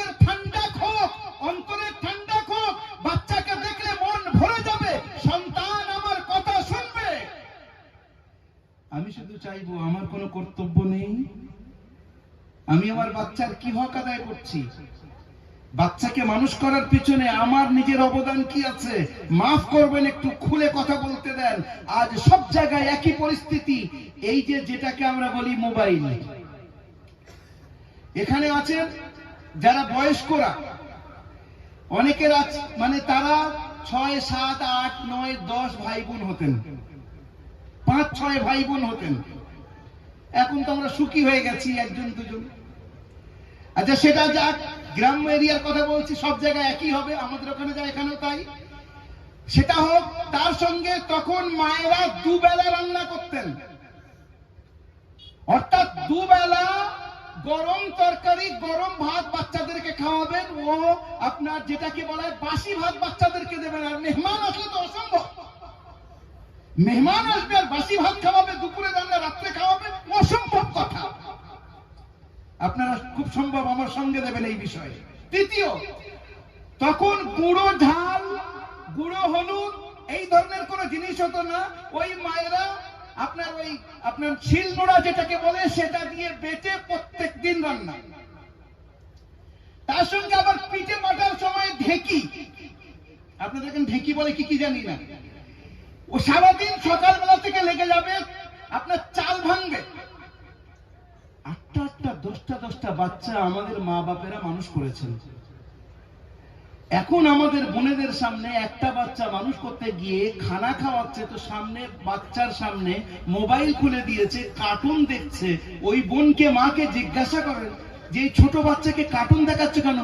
ময়না না ভাত খাই না, ও খেতে চায় না, তাই ও কার্টুনে তাকে আমি গালে তুলে তুলে দিই। আমি খুব একটা ভুল বলছি না মনে হচ্ছে, আপনারা আমার সঙ্গে একমত হবেন। এর ক্ষতিটা কি হচ্ছে শুনুন, এটা তো বাস্তব রূপ। এর ক্ষতি কি হচ্ছে? ক্ষতি হচ্ছে আপনি হাতে নাতে পরীক্ষা করে দেখবেন, যে বাচ্চাকে বিনা মোবাইলে আপনি মানুষ করেছেন, তাকে একবার ডাকবেন ময়না বা মনি বা কচি বা খোকা, যে জায়গার যে ভাষা বাচ্চাদেরকে ভালোবেসে মায়েরা অনেক ভাষা বলেন। যারা বিনা মোবাইলে মানুষ হয়েছে তাকে ডাকবেন, সঙ্গে সঙ্গে বলবে জি বা হ্যাঁ মা বা হ্যাঁ। আর যারা ওই কার্টুন দেখে দেখে বারবার দেখে দেখে ওর মধ্যে ডুবে আছে, আপনি একবার, দুবার, 3বার ডাকবেন, জোরে ডাকতে হবে, তারপর বলবে হ্যাঁ। পরীক্ষা করবেন, বলে তোকে আমি এতক্ষণ ধরে ডাকছি, বলে আমি শুনতে পাইনি। রিসার্চ বলছে বিলো 5 ইয়ার্স, 5 বছরের নিচের বাচ্চার হাতে যদি মোবাইল দেওয়া হয়, এমনি তো মোবাইল ক্ষতিকারক, 5 বছরের নিচে বাচ্চার হাতে যদি মোবাইল দেওয়া হয়, তার ব্রেনে যেটা বসবে সারা জীবন সেটা ডিলিট করা যাবে না, ওটাও নকল করবে। আজ এই সর্বনাশ আমার আপনার বাড়ির ভিতরে ঢুকেছে। মোবাইলের বিরোধিতা আমি করছি না, সেটা যে কাজের জন্য সে সেই কাজে ব্যবহার হবে, কিন্তু তার দ্বারা কি কি অসুবিধা হচ্ছে আশ্চর্য হবেন। এক জায়গায় তার স্বামী এসেছে, এসে বলছে হুজুর আমার বউ আমাকে বলছে ভাই মোবাইল আমাকে দাও না আমাকে ছেড়ে দাও। একদম আমার কাছে ফতোয়া নিতে এসছে, আমি কি করব? আমাদের সমাজ থেকে এইরকম ভাবে এক এক করে সর্বনাশের শেষের দিকে নিয়ে যাচ্ছে। বলছিলাম মা বোনেদের হক, অর্থাৎ মায়েরা নিজের বাচ্চাদেরকে ঠিকভাবে যদি মানুষ করতে চাই, তার জন্য জরুরি মা নিজে আইডিয়াল হবে। আমি একটা উপমা আপনাদেরকে দিচ্ছি, বুঝতে পারবেন যে মায়েরা কেমন হতো। একজন বুজুর্গ বাইজিদ রহমাতুল্লাহি আলাইহি, বহুত বড় আল্লাহর ওলি, ছোট্টবেলায় তিনি এতিম হয়ে গেছেন। এতিম হওয়ার পরে তার মা তাকে কোলে করে নিয়ে গেছেন, 5 বছর বয়সে সঙ্গে নিয়ে গেছেন হুজুরের কাছে, একটু দূর একটা মসজিদে। হুজুরের কাছে গিয়ে বলছেন হুজুর আমি বিধবা, আমার এই এতিম বাচ্চা আপনি যদি দয়া করে মানুষ করে দেন, আমি আপনার জন্য দোয়া করব, আপনি দয়া করে আমার বাচ্চাটাকে মানুষ করে দিন। আর দেওয়ার সময় বলছে যে হুজুর আপনার কাছে রেখে যাচ্ছি, মানুষ না হওয়া পর্যন্ত আমি ওর মুখ দেখবো না। আল্লাহ, এ কেমন মা? এতিম বাচ্চা, আর তার মা বলছে যে আমি মুখ দেখবো না মানুষ না হওয়া পর্যন্ত। 5-6 বছরের বাচ্চা। হুজুর বললেন ঠিক আছে আপনি যান। এবারে হুজুর 1-2 দিন পড়িয়েছেন। একদিন বাচ্চা তো নিজের মায়ের কাছেই থাকে, মায়ের কথা মনে পড়েছে, হুজুরকে বলছে হুজুর আমি মায়ের কাছে যাব। সর্বনাশ হয়েছে, ওর মা তো মানা করেছে বাড়ির মোটে ছুটি দেওয়া যাবে না। একটা কাজ করি, ওর এমন একটা শর্ত লাগাই, সেই শর্তে ও লাঠিও ভাঙবে না, সাপও মরবে। কি হুজুর লম্বা এতটা পড়া দিয়েছেন যে এই পড়াটা মুখস্থ করে তুমি শুনিয়ে দেবে, ছুটি দেবো। আর হুজুর খুব ভালো করে জানেন ও মুখস্থ করতে পারবে না, এতটা পড়া দিয়েছেন, হবে না। কখন হুজুর তাও পড়াটা দিয়েছেন? আসরের পরে। আসরের পরে বাচ্চারা খেলা করে, ওই সময় বাচ্চারা পড়তেই চায় না। এখন বাচ্চার আবেগ মার কাছে যাবে, খেলা সব বন্ধ, কোরআন শরীফ নিয়ে মসজিদের মধ্যে ঢুকেছে। 10-15 মিনিট পরে এসে বলছে হুজুর শুনে নেন। হুজুর বলে এই আবেগে কথা বলছে, জীবনে তো আলিফ বা আমার কাছে পড়েছে, এ তো মুখস্থ হতেই পারে না।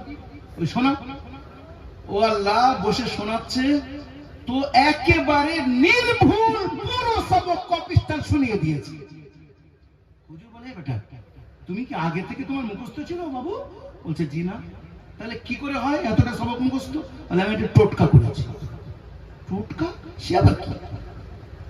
বলে হুজুর আমার আম্মা আমাকে শিখিয়েছেন, ও মুসলমান শুনে নেন, মায়েরা কেমন হতেন, বাচ্চাদেরকে কিভাবে শিক্ষা দিতেন। আমার আম্মা আমাকে বলেছেন বাবা যখন অসহায় হয়ে যাবে, পেরেশানির মধ্যে পড়বে, কোন দিক থেকে কোন রাস্তা পাবে না, 2 রাকাত নামাজ পড়বে, আল্লাহর কাছে হাত তুলে বলবে মালিক আমি এই পেরেশানিতে আছি। ওই নামাজের ওসিলায় আল্লাহর কাছে হাত তুলবে, আল্লাহ ডাইরেক্ট তোমার কাজ করে দেবে। আজকে আমার মায়ের জন্য বড় বোন কাঁদছে, আপনি আমাকে শর্ত লাগিয়েছেন যে আপনি যতক্ষণ পর্যন্ত আপনাকে সবক না শোনাচ্ছি আপনি আমাকে ছুটি দেবেন না।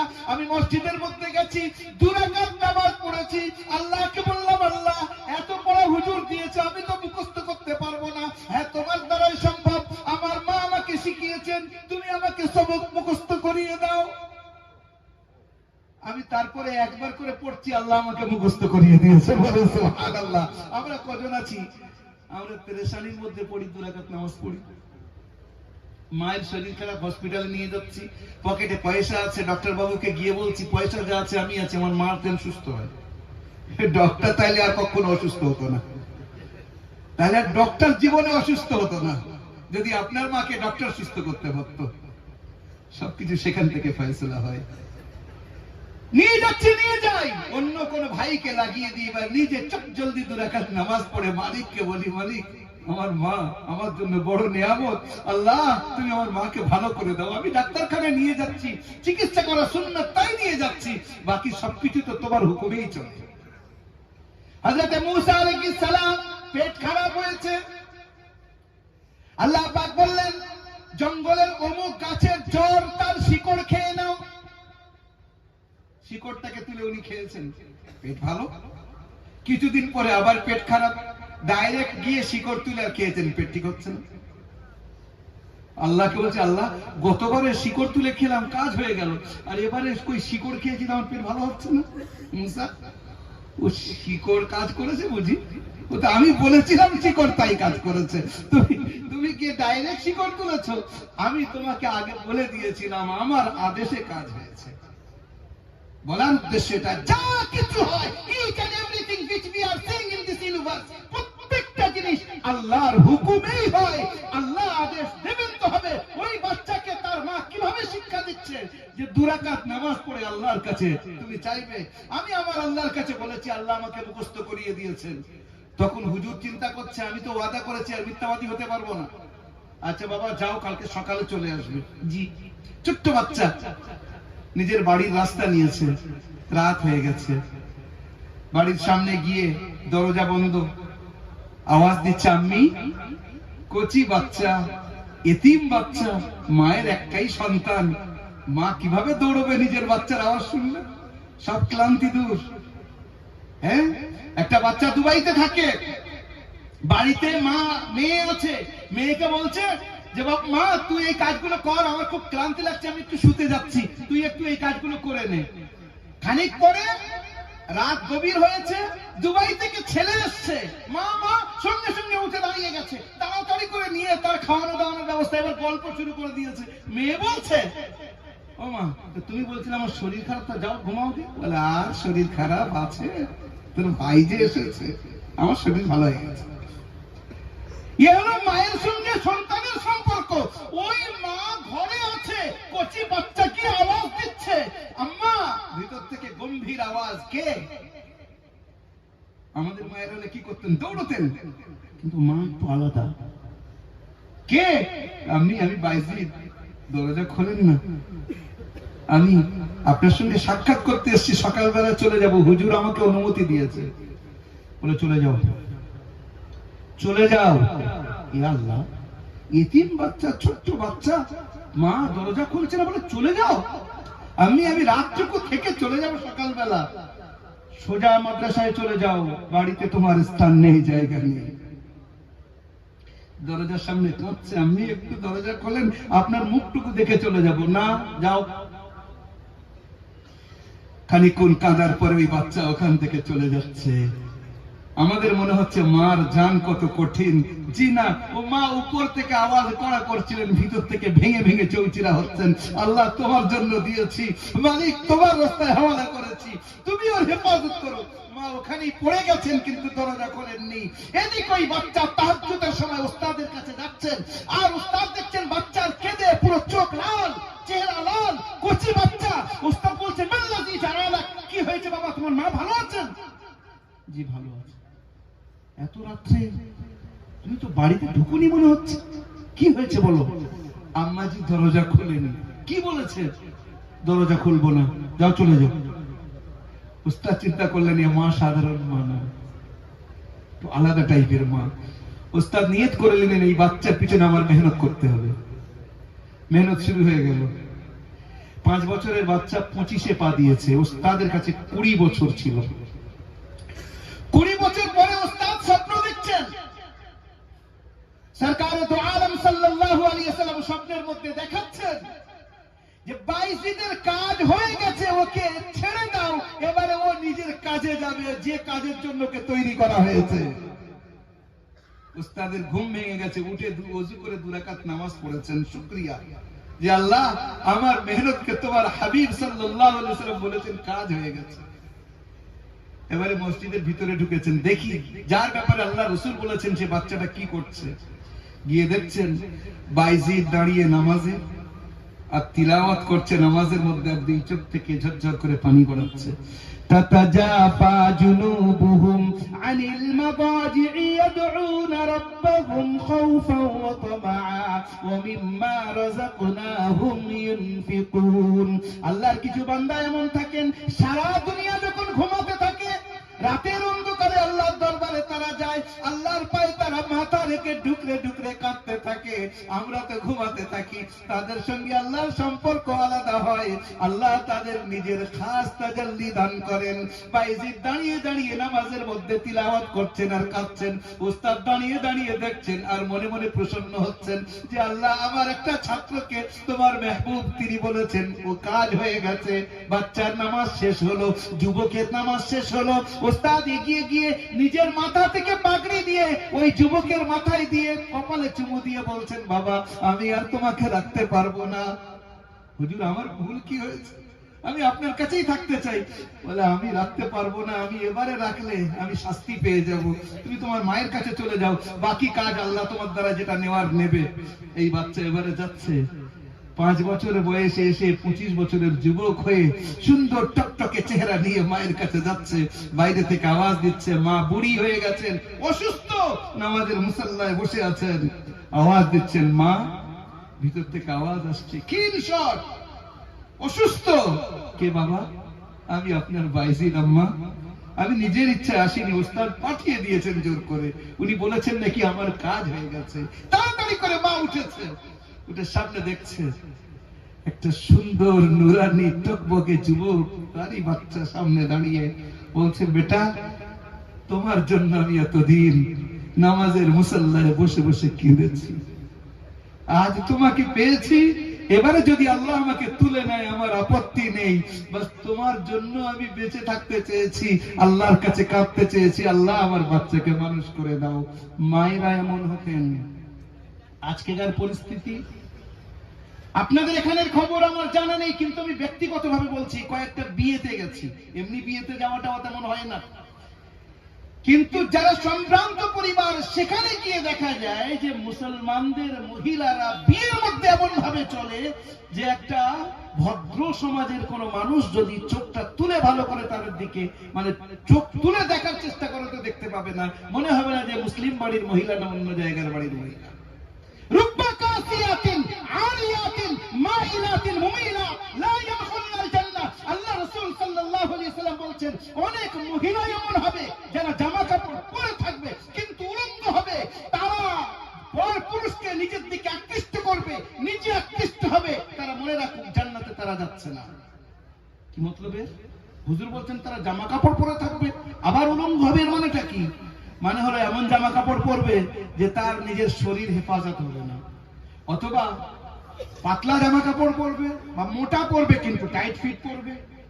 ইসলাম কখনো শিক্ষার বিরোধিতা করে না। শিক্ষা যখন পৃথিবী জানত না তখন শিক্ষার মূল গুণ বিশ্বের সামনে তুলে ধরেছে। এই পর্দার মধ্যে থেকে আমাদের বোনেরা এমন বড় বড় জায়গায় পৌঁছেছেন, এত সুন্দর শিক্ষায় শিক্ষিত হয়েছেন, কল্পনা করা যায় না।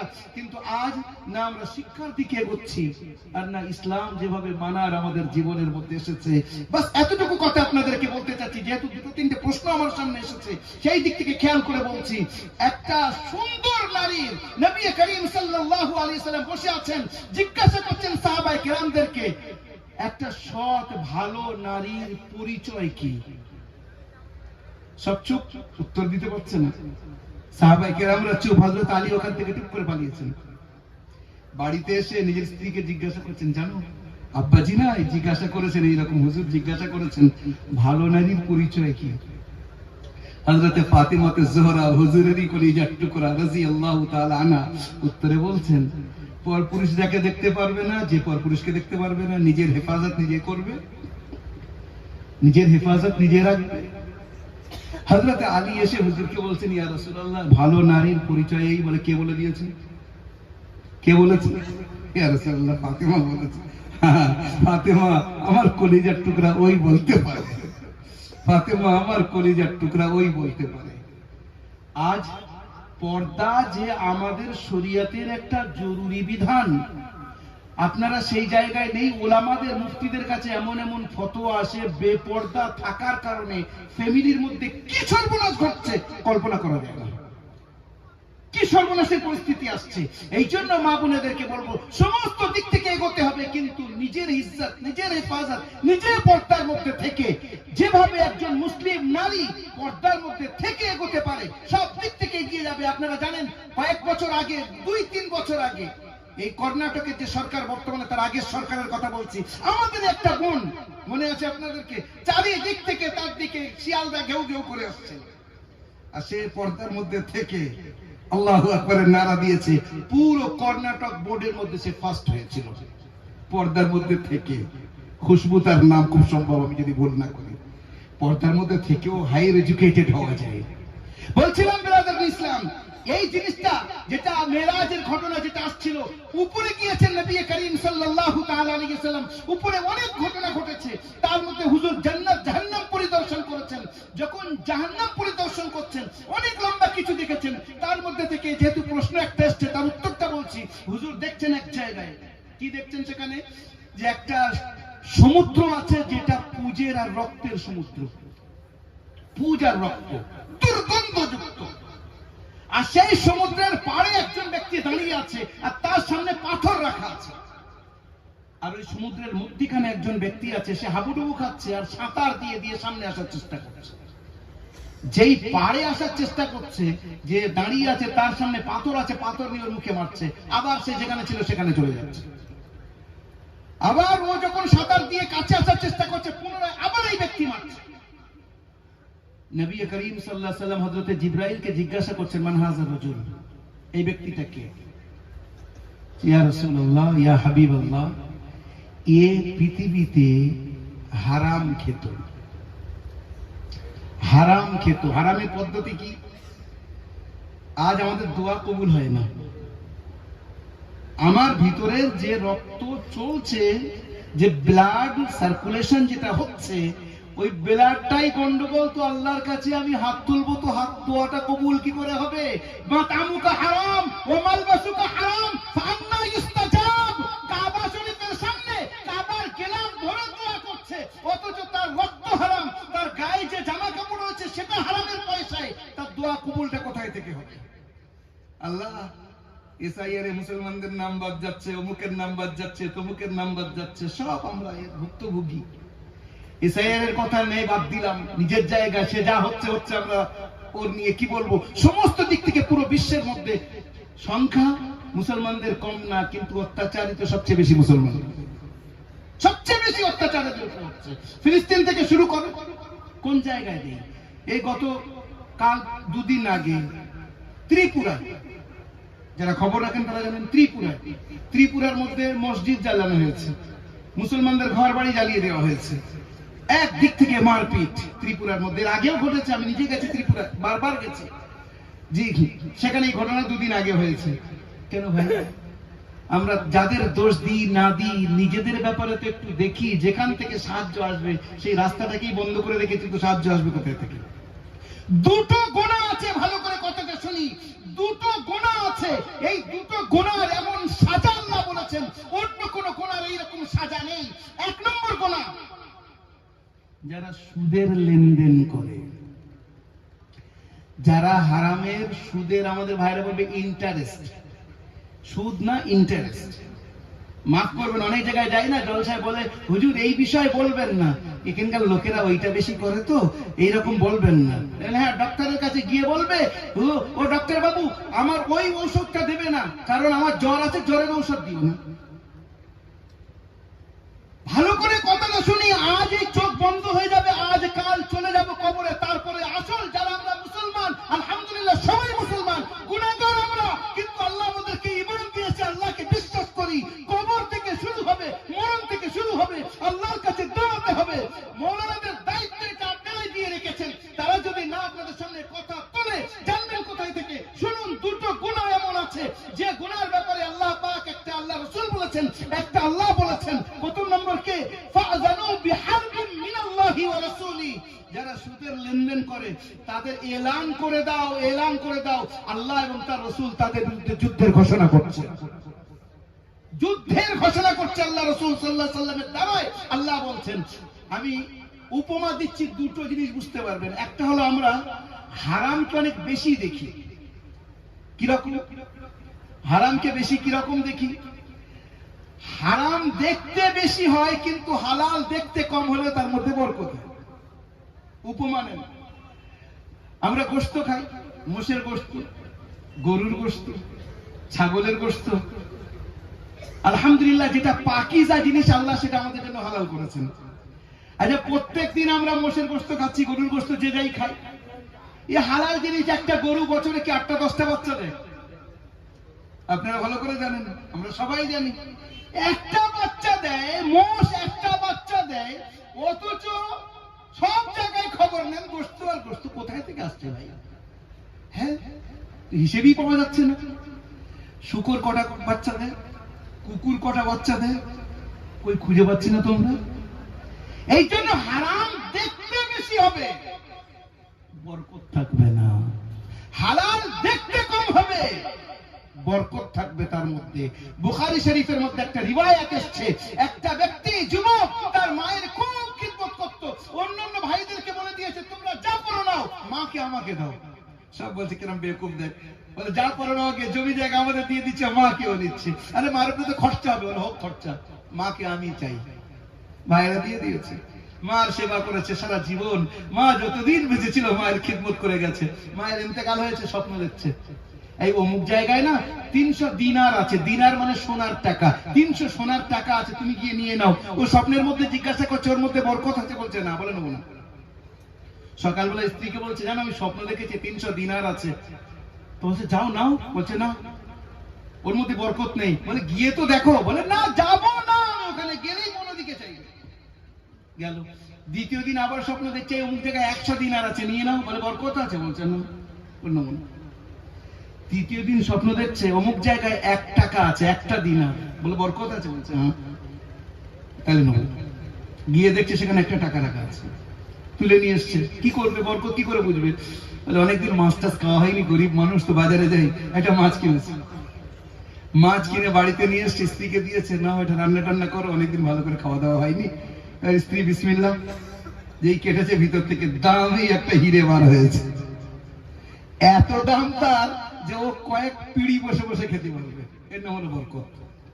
হারাম আপনি যদি নিজের ভিতর থেকে একটু লাইফ দিয়ে দেখেন বুঝতে পারবেন। কয়েকটা উপমা আপনাদেরকে দিচ্ছি। আপনি যদি ওর মধ্যে ঢুকে যান, আপনার বাড়ি সবচেয়ে প্রথমে ফ্যামিলি কোলাহল, ফ্যামিলি যে ঝামেলা বাড়তে থাকবে, স্বামী স্ত্রীর সম্পর্ক ভালো থাকবে না, বাপ বেটার সম্পর্ক ভালো থাকবে না, অন্যান্য দিক থেকে বাড়ির মুসিবত ছাড়বে না, অথচ পয়সা ঢুকছে, হতেই থাকবে। কারণ ওর প্রতিক্রিয়া আপনার বাড়ির ভিতরে হবে। আর আপনি হারাম পয়সা কার জন্য উপার্জন করছেন? নিজে তো দুবেলা দুমুঠো খাবেন, বলে আমার বাচ্চার ভবিষ্যৎ করার জন্য। 1 বিঘে জমি বিক্রি হচ্ছে আমার পাশে, সেইটা কিনবো, পয়সা নেই তাই নিয়ে নিয়েছি, ওই দিক থেকে এইভাবে নিয়েছি। ওই ছেলে যার জন্য আপনি ইনকাম করছেন, ওই ছেলে আপনার জীবনে আপনার বিরুদ্ধে আপনার সামনে দাঁড়িয়ে বিয়াদবি করবে। আপনি লিখে রাখেন, যার জন্য হারাম পদ্ধতিতে আপনি উপার্জন করেছেন, ওই ছেলে আপনার বিয়াদবি করবে। আর কোরআনে কারীমের দিক থেকে, হাদিসের দিক থেকে খেয়াল করি, কোরআনের উত্তর তো এই জায়গায় আসছে। হাদিসে কি বলছে? আল্লাহর মাহবুব সাল্লাল্লাহু আলাইহি ওয়াসাল্লাম বলছেন, তার মাফহুম পরিষ্কার মিশকাতের মধ্যে, কেউ যদি 1 লোকমা হারাম খায়, 1 লোকমা, প্রথম ব্যাপার হলো তার 40 দিন কোন ইবাদত কবুল হবে না। 40 দিন কোন ইবাদত কবুল নেই। আর দ্বিতীয় যেটা, সেটা হলো 1 লোকমা হারাম খাওয়ার মতলব হলো নিজের আপনতম স্ত্রী, এই নিজের আপনতম আত্মীয়া, কে আপনতম হতে পারে আমরা জানি, সবচেয়ে মানে কাছের যিনি, তার সঙ্গে 37 বার কোন বর্ণনায় এসছে, কোন বর্ণনায় এসছে 40 বার তার সঙ্গে ব্যভিচার করা, এইরকম গুনাহ সে করে ফেললো 1 লোকমা হারাম খাওয়ার কারণে। ব্রাদার ইন ইসলাম, আসেন আমরা আমাদের জীবনটাকে একটু পাল্টাবার চেষ্টা করি। হাত তুলবো, আল্লাহ দোয়া কবুল করবেন, আল্লাহর কাছে বলবো মদদ আসবে। তার জন্য যে রাস্তাটা বন্ধ হয়ে রয়েছে, সেই রাস্তাটাকে খুলতে হবে। সে খোলার পদ্ধতি হলো সবচেয়ে প্রথম নিজের জীবনের মধ্যে সেটা আনা যে আমি হালাল খাবো, যেভাবেই হোক। অধিকাংশ ভাই আমরা মেহনত করি, জমিতে মেহনত করি, কেউ কারখানায় মেহনত করি, কেউ দোকানে মেহনত করি, কেউ মানুষের বাড়িতে কাজ করি, হালাল উপার্জন তো আমরা করছি, কিন্তু একটু বেখেয়ালির কারণে তার মধ্যে আবার হারাম লাগিয়ে দিচ্ছি। ওর থেকে বাঁচিয়ে নিজেকে হালালের মধ্যে এনে যে আমি আমার বাড়ির মধ্যে সব সময় হালাল ইনকাম নিয়ে আসবো, আমি নিজে হালাল খাবো আর হালাল আমার বাচ্চাদেরকে খাওয়াবো, হালাল থেকে আমি দান করব। আমি একটা উপমা আপনাদেরকে দিচ্ছি। আফগানিস্তানে একজন বাচ্চা ছিলেন, তার নাম হলো শেখ আমানুল্লাহ।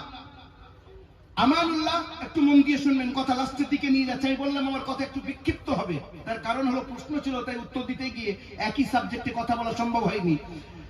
আমানুল্লাহ বাচ্চার ছেলে যুদ্ধে গেছে, যুদ্ধে যাওয়ার পরে বাচ্চার কাছে খবর আসছে যে আপনার ছেলে হেরে আসছে। তখন বাচ্চা খুব রাগে রেগে গেছে, আমার ছেলে হেরে আসবে, ওর থেকে ওর মরে যাওয়া ভালো ছিল।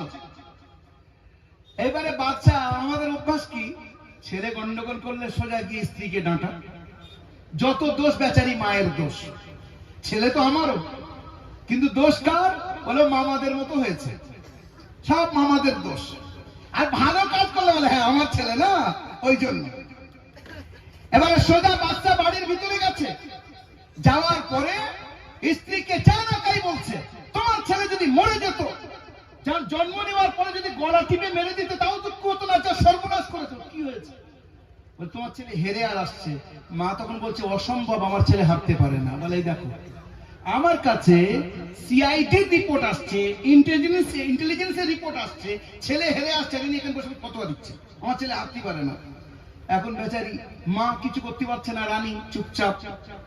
বাচ্চা বাইরে চলে এসছে, খুব মানে অশান্তি, মানসিক ভাবে খুব পেরেশান, আমার ছেলে হারে কি করে, মরে যেত। একটু পরে আরেকটা গুপ্তচর এসে কানে কানে বলছে, জাহাপনা আগেকার খবরটা না দুশ্মন শত্রুরা উড়িয়েছিল, আসলে আমাদের শাহজাদা জিতে চলে আসছে। বাচ্চার চেহারা একদম সুন্দর হয়ে গেছে। এবার কি করবে, রানীর সামনে যাবে কি করে? বাড়ির ভিতরে এসছে, আর রানী যতই হোক স্বামী স্ত্রী তো একে অপরের তো মিজাজ বোঝে, চেহারা চেনে। রানী বলে কথা, বাচ্চা বলে কথা। রানী দেখছে স্বামী আগে যেরকম পেরেশান ছিল, পেরেশানি আর নেই, টেনশন মুক্ত, ডিপ্রেশন ফ্রি। এইবারে গিয়ে বলছে, জাহাপানা কোনো খবর আর পেলেন বাবুর ব্যাপারে? এবারে আমতা আমতা করছেন, না গো আসলে ব্যাপারটা হ্যাঁ গো, সে গো, কি হয়েছে বলবেন তো? না আমাদের মনে না জিতে আসছে, হেরে আসে। তখন মা চোখ থেকে পানি ঝরাচ্ছে, কাঁদছে, আর বলছে এটাই আমার বিশ্বাস ছিল, আমার ছেলে হারবে না, হয় শহীদ হবে অথবা জিতে আসবে। বলছে ছেলে তো আমারও, এর আগে ছেলে শুধু মার একার হচ্ছে, এবার বলছে ছেলে তো আমারও, তুমি ছেলেকে এত চিনলে, আমি চিনতে পারলাম না, ব্যাপারটা কি? বলে বাদ দেন, বাবু আসুক আগে। বাবু এসছে, মা বাড়ির ভিতরে এনেছে। এইবারে পাশে বাচ্চা জিজ্ঞাসা করছে, বলো আমি তোমার স্বামী, তোমার উপরে আমার হক রয়েছে, কি ব্যাপার, আমার ছেলেকে আমি চিনতে পারলাম না, তুমি কি করে চিনলে? উত্তর বলছে নাই বা শুনতেন? বলছে না, শোনাতে হবে। জাহাপানা, আপনার কাছে পয়সার কমি ছিল না, আপনার কাছে ধন দৌলতের কমি নেই, আমি যা ইচ্ছা ব্যবহার করতে পারতাম, কিন্তু যখন থেকে ওই বাচ্চা আমার পেটে এসেছে, জাহাপানা আমি নিজে টুপি বুনেছি। ওই টুপি গোলামদের দ্বারা বিক্রি করিয়েছি, বুঝতে দিইনি আপনাকে, কেউ জানতো না। তার থেকে যে পয়সা এসেছে সেটা দিয়ে আমি খেয়েছি। যতদিন ওই বাচ্চা আমার দুধ খেয়েছে, আমি টুপি বিক্রি করিয়ে ওই পয়সা দিয়ে আমি খাদ্য খেয়েছি, আর তার সঙ্গে অজু অবস্থায় ওকে আমি দুধ খাইয়েছি। বাচ্চা, আমি আল্লাহর কাছে যদি আমার বাচ্চা হেরে আসতো, আল্লাহকে বলতাম মালিক তোমার এই বান্দির কি ভুল ছিল, তুমি বলো যে আজকে ও আমাকে অপমান করলো। আমার পুরো বিশ্বাস ছিল আমার আল্লাহর উপরে যে আমার বাচ্চা কখনো হারতে পারে না, হয় জিতবে নয় শহীদ হবে, আমার দুধের লাজ ও রাখবেই, ও আমার দুধকে অপমান করতে পারে না। তাই আমি আপনাকে বলেছিলাম যে আমার বাচ্চা হয় জিতবে অথবা সে শহীদ হয়ে আসবে। বাচ্চা তখন বলছে, आना मम बाशम के रोजे जंग बिनी पुष्टमन, आना मम बाशम के रोजे जंग बिनी पुष्टमन, मन आनम के दीद अंदर खाक खूबिनी सरे। আমি সেই ব্যক্তি যে আমি যুদ্ধ থেকে পালাবো আর আমার পিছনে তুমি কোন গুলি দেখবে, এটা হতেই পারে না, বরং একদিকে আমার মাথা পড়ে থাকবে, একদিকে আমার জিসিম পড়ে থাকবে, শরীর পড়ে থাকবে, অথবা আমি জিতে আসবো, কিন্তু আমি হেরে আসবো, এটা কখনো হতে পারে না।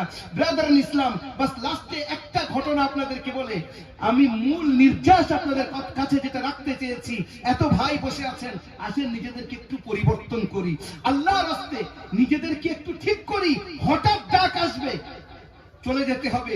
এই যেমন আজকে বসে আছেন, আমি এর আগে বেলডাঙ্গায় গেছি, বেলডাঙ্গার মধ্যে একটা প্রোগ্রাম হয়েছে মুর্শিদাবাদে, হাজার হাজার মানুষ সেখানে, মৌলানা জাইনুল আবদিন সাহেব আর আমি ছিলাম সেখানে। পরিস্থিতি এই যে যুবক ছেলেরা ভরা, হঠাৎ প্রোগ্রাম। আমি ব্যক্তিগতভাবে জিজ্ঞাসা করলাম, হঠাৎ তোমাদের প্রোগ্রাম কি বিষয়? বলছে হুজুর একটা ঘটনা ঘটেছে। কি ঘটনা?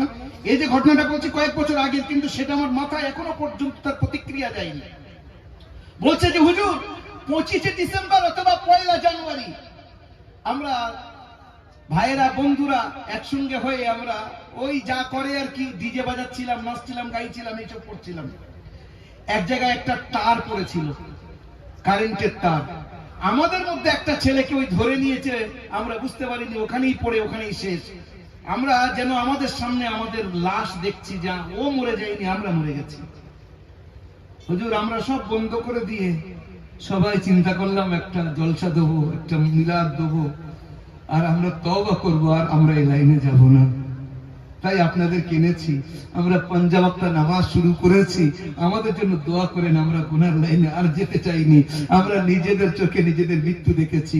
18 বছরের ফুটন্ত টকবকে যুবক, আমাদেরই বন্ধু, ছোটবেলা থেকে একসঙ্গে মানুষ হয়েছি, তার লাশ রাখা আছে, সে কোথায় চলে গেল কি করতে গিয়ে? হুজুর এইটা তো আমার সঙ্গে হতে পারতো, ওর সঙ্গে হতে পারতো, আমার এক বন্ধু গেছে। এই জন্য যুবক ভাইদেরকে বলছি, আল্লাহর রাস্তায় আসেন, নিজেদের জীবনকে পাল্টাই। পাল্টানোর পদ্ধতি কি হবে? 2-3টে কথা আপনাদেরকে বলছি। পাল্টানোর পদ্ধতি এখান থেকে শুরু করি। প্রথম একটা কথা আপনাদেরকে বলেছি, সেটা হলো নিয়ত করা, যে ইনশাআল্লাহ আমি আমাকে পরিবর্তন করতে চাই। আল্লাহ তুমি আমাকে তৌফিক দাও, আমি পরিবর্তন হতে চাই, আমি ভালো হতে চাই, আমি খারাপ লাইনে চলে গেছি, আল্লাহ আমাকে তৌফিক দাও। প্রথম নিয়ত করা, প্রথম কাজ এটা, হিম্মত করা। দ্বিতীয় কাজ যেটা, একটা হলো আপনার ইনকামের দিকে আপনি খেয়াল রাখেন। ইনকাম আপনি যেটা করছেন তার মধ্যে সন্দেহযুক্ত কোনো খাদ্য ঢুকছে না তো, হারাম কিছু তার সঙ্গে মিশে যাচ্ছে না তো? যদি মিশে যায় ওটাকে আল্লাহর রাস্তায় আস্তে আস্তে যদি একসঙ্গে পারেন আলাদা করে দেন, নচেত আস্তে আস্তে আলাদা করে দিয়ে খাদ্য যেটা গ্রহণ করছেন সেটা একদম খালিস হালাল খান। আলহামদুলিল্লাহ সবাই মেহনতি মানুষ এখানে বসে আছেন, সবাই হালাল কাজের সঙ্গে যুক্ত আছেন, কিন্তু অন্য কোনো দিক থেকে তার মধ্যে যেন কোনো খারাপ জিনিস না ঢুকে যায় সেটাকে আলাদা করে দিয়ে হালাল খাবো। 2 নম্বর, এরপরে আমি 2-3টে কথা বলে কথা শেষের দিকে নিয়ে যাচ্ছি। 3 নম্বর কথা যেটা, সেটা হলো আমরা আল্লাহর বান্দা, আল্লাহ আমাদের মালিক, মালিক আমাদেরকে খাওয়ান, আমাদেরকে পান করান, আমাদের সবকিছু তিনি দিয়েছেন। মায়ের পেটে ছিলাম যখন মা বাবা জানতেন না যে আমরা কি খাবো, আল্লাহ সেখানে খাওয়ার ব্যবস্থা করেছেন। কবরে চলে যাবো সেখানে মা বাপ যাবে না, সেখানে আপন আত্মীয় যাবে না, আল্লাহ সেখানে আমাকে দেখবেন। আর দুনিয়াকে যখন যা প্রয়োজন, একটা বাচ্চা জন্ম নেয়, জন্ম নেওয়ার পরে মা বাপ যদি তাকে ভাত খাওয়ানোর চেষ্টা করে সে ভাত খেতে পারবে না, সে গোশত মাছ খেতে পারবে না। আল্লাহ পাক ব্যবস্থা করেছেন হাদিসে কুদসি, জাআলতু লাকাল হানানা ফি সাদরি আবাওয়াইকুমা লা ইয়াসবাআনি হাত্তা তাকুল ওয়া লা ইয়ানামানি হাত্তা তারকুদ। আমি তোমার মা বাবার অন্তরের মধ্যে এমন ভালোবাসা দিয়েছি, তারা ঘুমাতে পারেন না, তুমি যতক্ষণ না ঘুমাও, তারা খেতে পারেন না, তুমি যতক্ষণ না খাও। সেই মায়ের স্তন থেকে আল্লাহ পাক বাচ্চা যখন ছোট থাকে পাতলা পাতলা দুধ তার জন্য ব্যবস্থা করা হয়, আবার বাচ্চা বড় হয় আর তার সঙ্গে মিষ্টি মিশানো থাকে, আলাদা মিষ্টি দেওয়ার প্রয়োজন নেই। ঠান্ডার সময় গরম দুধ, গরমের সময় ঠান্ডা দুধ, যেমন দুধের তার প্রয়োজন আল্লাহ সেই রকম ব্যবস্থা সেই বাচ্চার জন্য, আমাদের জন্য, সবার জন্য আল্লাহ করেছেন। আল্লাহ আমাদের কাছ থেকে কি চাচ্ছেন? আল্লাহর মেহবুবকে পাঠিয়েছেন আমাদের। আমরা গরিব মানুষ যারা, তাদের উপরে হজ নেই, যাকাত নেই। তো আমার জীবনের মধ্যে যারা এখানে চাষি বসে আছি, চাষের সময় আমরা চাষ ছাড়া কিছু বুঝিনি যে এটা আমার সিজনের সময় চাষ করতেই হবে। যারা ব্যবসায়ী, তার ব্যবসার সময় আজকে আসছি ট্রেনের মধ্যে একজন বলছে যে জয়নগরের লোকেরা 3 মাস ব্যবসা করে, মোয়ার ব্যবসা 3 মাস ব্যবসা করে, বাকি পুরো বছর চলে। একদম জয়নগরে আমাদের কাছাকাছি দক্ষিণ 24 পরগনায় ওরা মোয়া, জয়নগরের মোয়া আপনারা নাম শুনেছেন, বিখ্যাত বড়ুর মোয়া। তো ওরা এই 2-3 মাস চালায় পুরো বছর, আর একদম 2-3টে দোকানই বিখ্যাত ওখানকার। তো সিজনের সময় ব্যবসায়ীরা তারা নিজের কাজ ছাড়তে পারে না। আমাদের প্রত্যেকের জীবনে একটা জিনিস থাকে যেটাকে কোন রকম কুরবানি করা সম্ভব হয় না, সেটা করতেই হয়। প্রত্যেকদিন খাদ্য গ্রহণ করতেই হয়, খেতে হয় আমাদের, না খেলে আমরা বাঁচতে পারি না। পানি আমাদের গ্রহণ করতেই হয়, পানি না হলে আমরা বাঁচতে পারি না। দিনের দিক থেকে, ধর্মের দিক থেকে, মুসলমান হওয়ার দিক থেকে নিজের বুকে হাত রেখে বলি যে আমি আমার জীবনের দিনের দিক থেকে কোন একটা জিনিস রেখেছি যেটা ছাড়া আমার চলবেই না। একটা জিনিস, সেই জিনিসটাকে সামনে রাখি যে আমার যা হয় হোক, যেমন খানা না খেয়ে আমার চলে না, পানি না পান করে আমার চলে না, ব্যবসা না করে আমার চলে না, ঠিক দিনের দিক থেকে একটা জিনিস রাখি, সেটা আমরা আলহামদুলিল্লাহ আমরা মুসলমান, সেটার নাম হলো নামাজ। সেটার নাম হলো নামাজ। তবে একসঙ্গে তো আল্লাহ চাইনি যে 5 ওয়াক্ত নামাজ একসঙ্গে পড়ো, আলাদা আলাদা সময়। আপনি ব্যবসায় আছেন, ওখানেই পড়ে নেন, কাছে মসজিদ আছে সেখানেই পড়ে নেন, মসজিদ কাছে নেই উযু করে নেন, একটা গামছা বিছিয়ে সেখানেই নামাজ পড়ে নেন। বাস নামাজটাকে নিজের জীবনের মূল মন্ত্র বানিয়ে আমি যেখানে যাব নামাজ ছাড়বো না। আর এই নামাজের মধ্যে যদি আপনি লেগে থাকেন, আপনি মানসিক অশান্তি যখন ফিল করছেন, ইনশাআল্লাহ আপনি নিজেই বুঝতে পারবেন যে আল্লাহ পাক আপনার মধ্যে আস্তে আস্তে শান্তি আনিয়ে দিচ্ছেন। তো 2 নম্বর কাজ আমি সাবজেক্ট ওয়াইজ বলছি। 1ম নম্বর বললাম সেটা হলো নিয়ত, হিম্মত করা। 2 নম্বর যেটা, সেটা হলো হালাল রুজির দিকে বিশেষভাবে খেয়াল রাখা। 3 নম্বর যেটা, সেটা হলো নামাজের দিকে বিশেষভাবে ধ্যান দেওয়া। যাই হোক না কেন নামাজ মাফ নেই, যাই হোক নামাজ মাফ নেই। হযরত আব্দুল কাদের জিলানী রাহমাতুল্লাহ আলাইহি, আল্লাহর বড় ওলি, বড় পীর সাহেব আমরা বলি, আল্লাহর জবরদস্ত ওলি। উনি ইতিকাফে বসেছিলেন, মুরাকাবায় বসেছিলেন, নূর সামনে দেখতে পেয়েছেন, তার ভিতর থেকে আওয়াজ আসছে, ইয়া আব্দুল কাহির কদ রাযিতু আনকা ওয়া আফাউতু আনকা সালাহ। আব্দুল কাদের, আমি তোমার উপরে সন্তুষ্ট, তোমার নামাজ মাফ করে দিয়েছি। হ্যাঁ, নামাজ মাফ করে দিয়েছি। উনি বলছেন, ওরে মালাউল, আল্লাহর মেহবুবের উপরে নামাজ মাফ হয়নি, আমার উপরে নামাজ মাফ হচ্ছে, লা হাওলা ওয়ালা কুওয়াতা ইল্লা বিল্লাহ। তো ও যেতে যেতে ব্যাকফায়ার করেছে। ওই যে নূর মতো দেখা যাচ্ছিল, যেতে যেতে উল্টো ফায়ার করেছে। কি বলছে? কদ হামাকা মিন্নি ইলমুক, তোমার জ্ঞান, তোমার এলেম আমার থেকে তোমাকে বাঁচালো। আচ্ছা, আমরা হলে কি বলতাম? হ্যাঁ, আমি জ্ঞানী না তাই বেঁচেছি।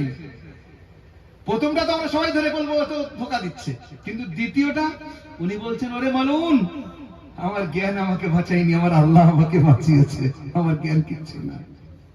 তো নামাজ মাফ নেই। আপনি ওযু করতে পারেন, ওযু করেন। যদি খুব অসুস্থ হন, ডাক্তার মানা করে ওযু করা যাবে না, তাই এমন করতে পারেন। আপনি দাঁড়িয়ে পড়তে পারেন, দাঁড়িয়ে পড়তেই হবে। না পড়তে পারেন, বসে পড়েন। তাও না পড়তে পারেন, শুয়ে আছেন, শুয়ে পড়তে হবে নামাজ। হ্যাঁ, যদি কেউ বেহুশ হয়ে যায়, সেন্সলেস হয়ে যায়, তার হিসেব আলাদা। কিন্তু যতক্ষণ আমার আপনার জ্ঞান আছে, যে কোনো পরিস্থিতিতে নামাজ আদায় করতে হবে। 3 নম্বর কথা যেটা আমাদের জন্য খুবই জরুরি, সেটা হলো ভাই, আমরা আমাদের ব্যবহারকে ঠিক করি। পুরো বিশ্বের মধ্যে ইসলামের প্রচার প্রসার যে ঘটেছে, ভারতবর্ষের মধ্যে 30 কোটি মুসলমান আছে, কম বেশি, আমি একটা আন্দাজে বলছি, কম হতে পারে বেশি। সেন্সাসের সে 11 সেন্সাস হয়েছে, তারপরে আর সেন্সাস হয়নি। এত মুসলমান এখানে, বাংলাদেশ কত ভারতের অংশ, সেখানেও মনে করেন 18-20 কোটি মুসলমান, পাকিস্তান 20-25 কোটি মুসলমান, এই এলাকার মধ্যে এত মুসলমান, পুরো বিশ্বের মধ্যে প্রায় 200 কোটি মুসলমান। একসময় তো আল্লাহ রসুল একলাই ছিলেন সাল্লাল্লাহু আলাইহি ওয়াসাল্লাম, তারপরে কয়জন সাহাবী হয়েছেন? লক্ষখানি, 1,24,000। কিন্তু এত কোটি কোটি মুসলমান কি করে হলো? নামাজের মাধ্যমে।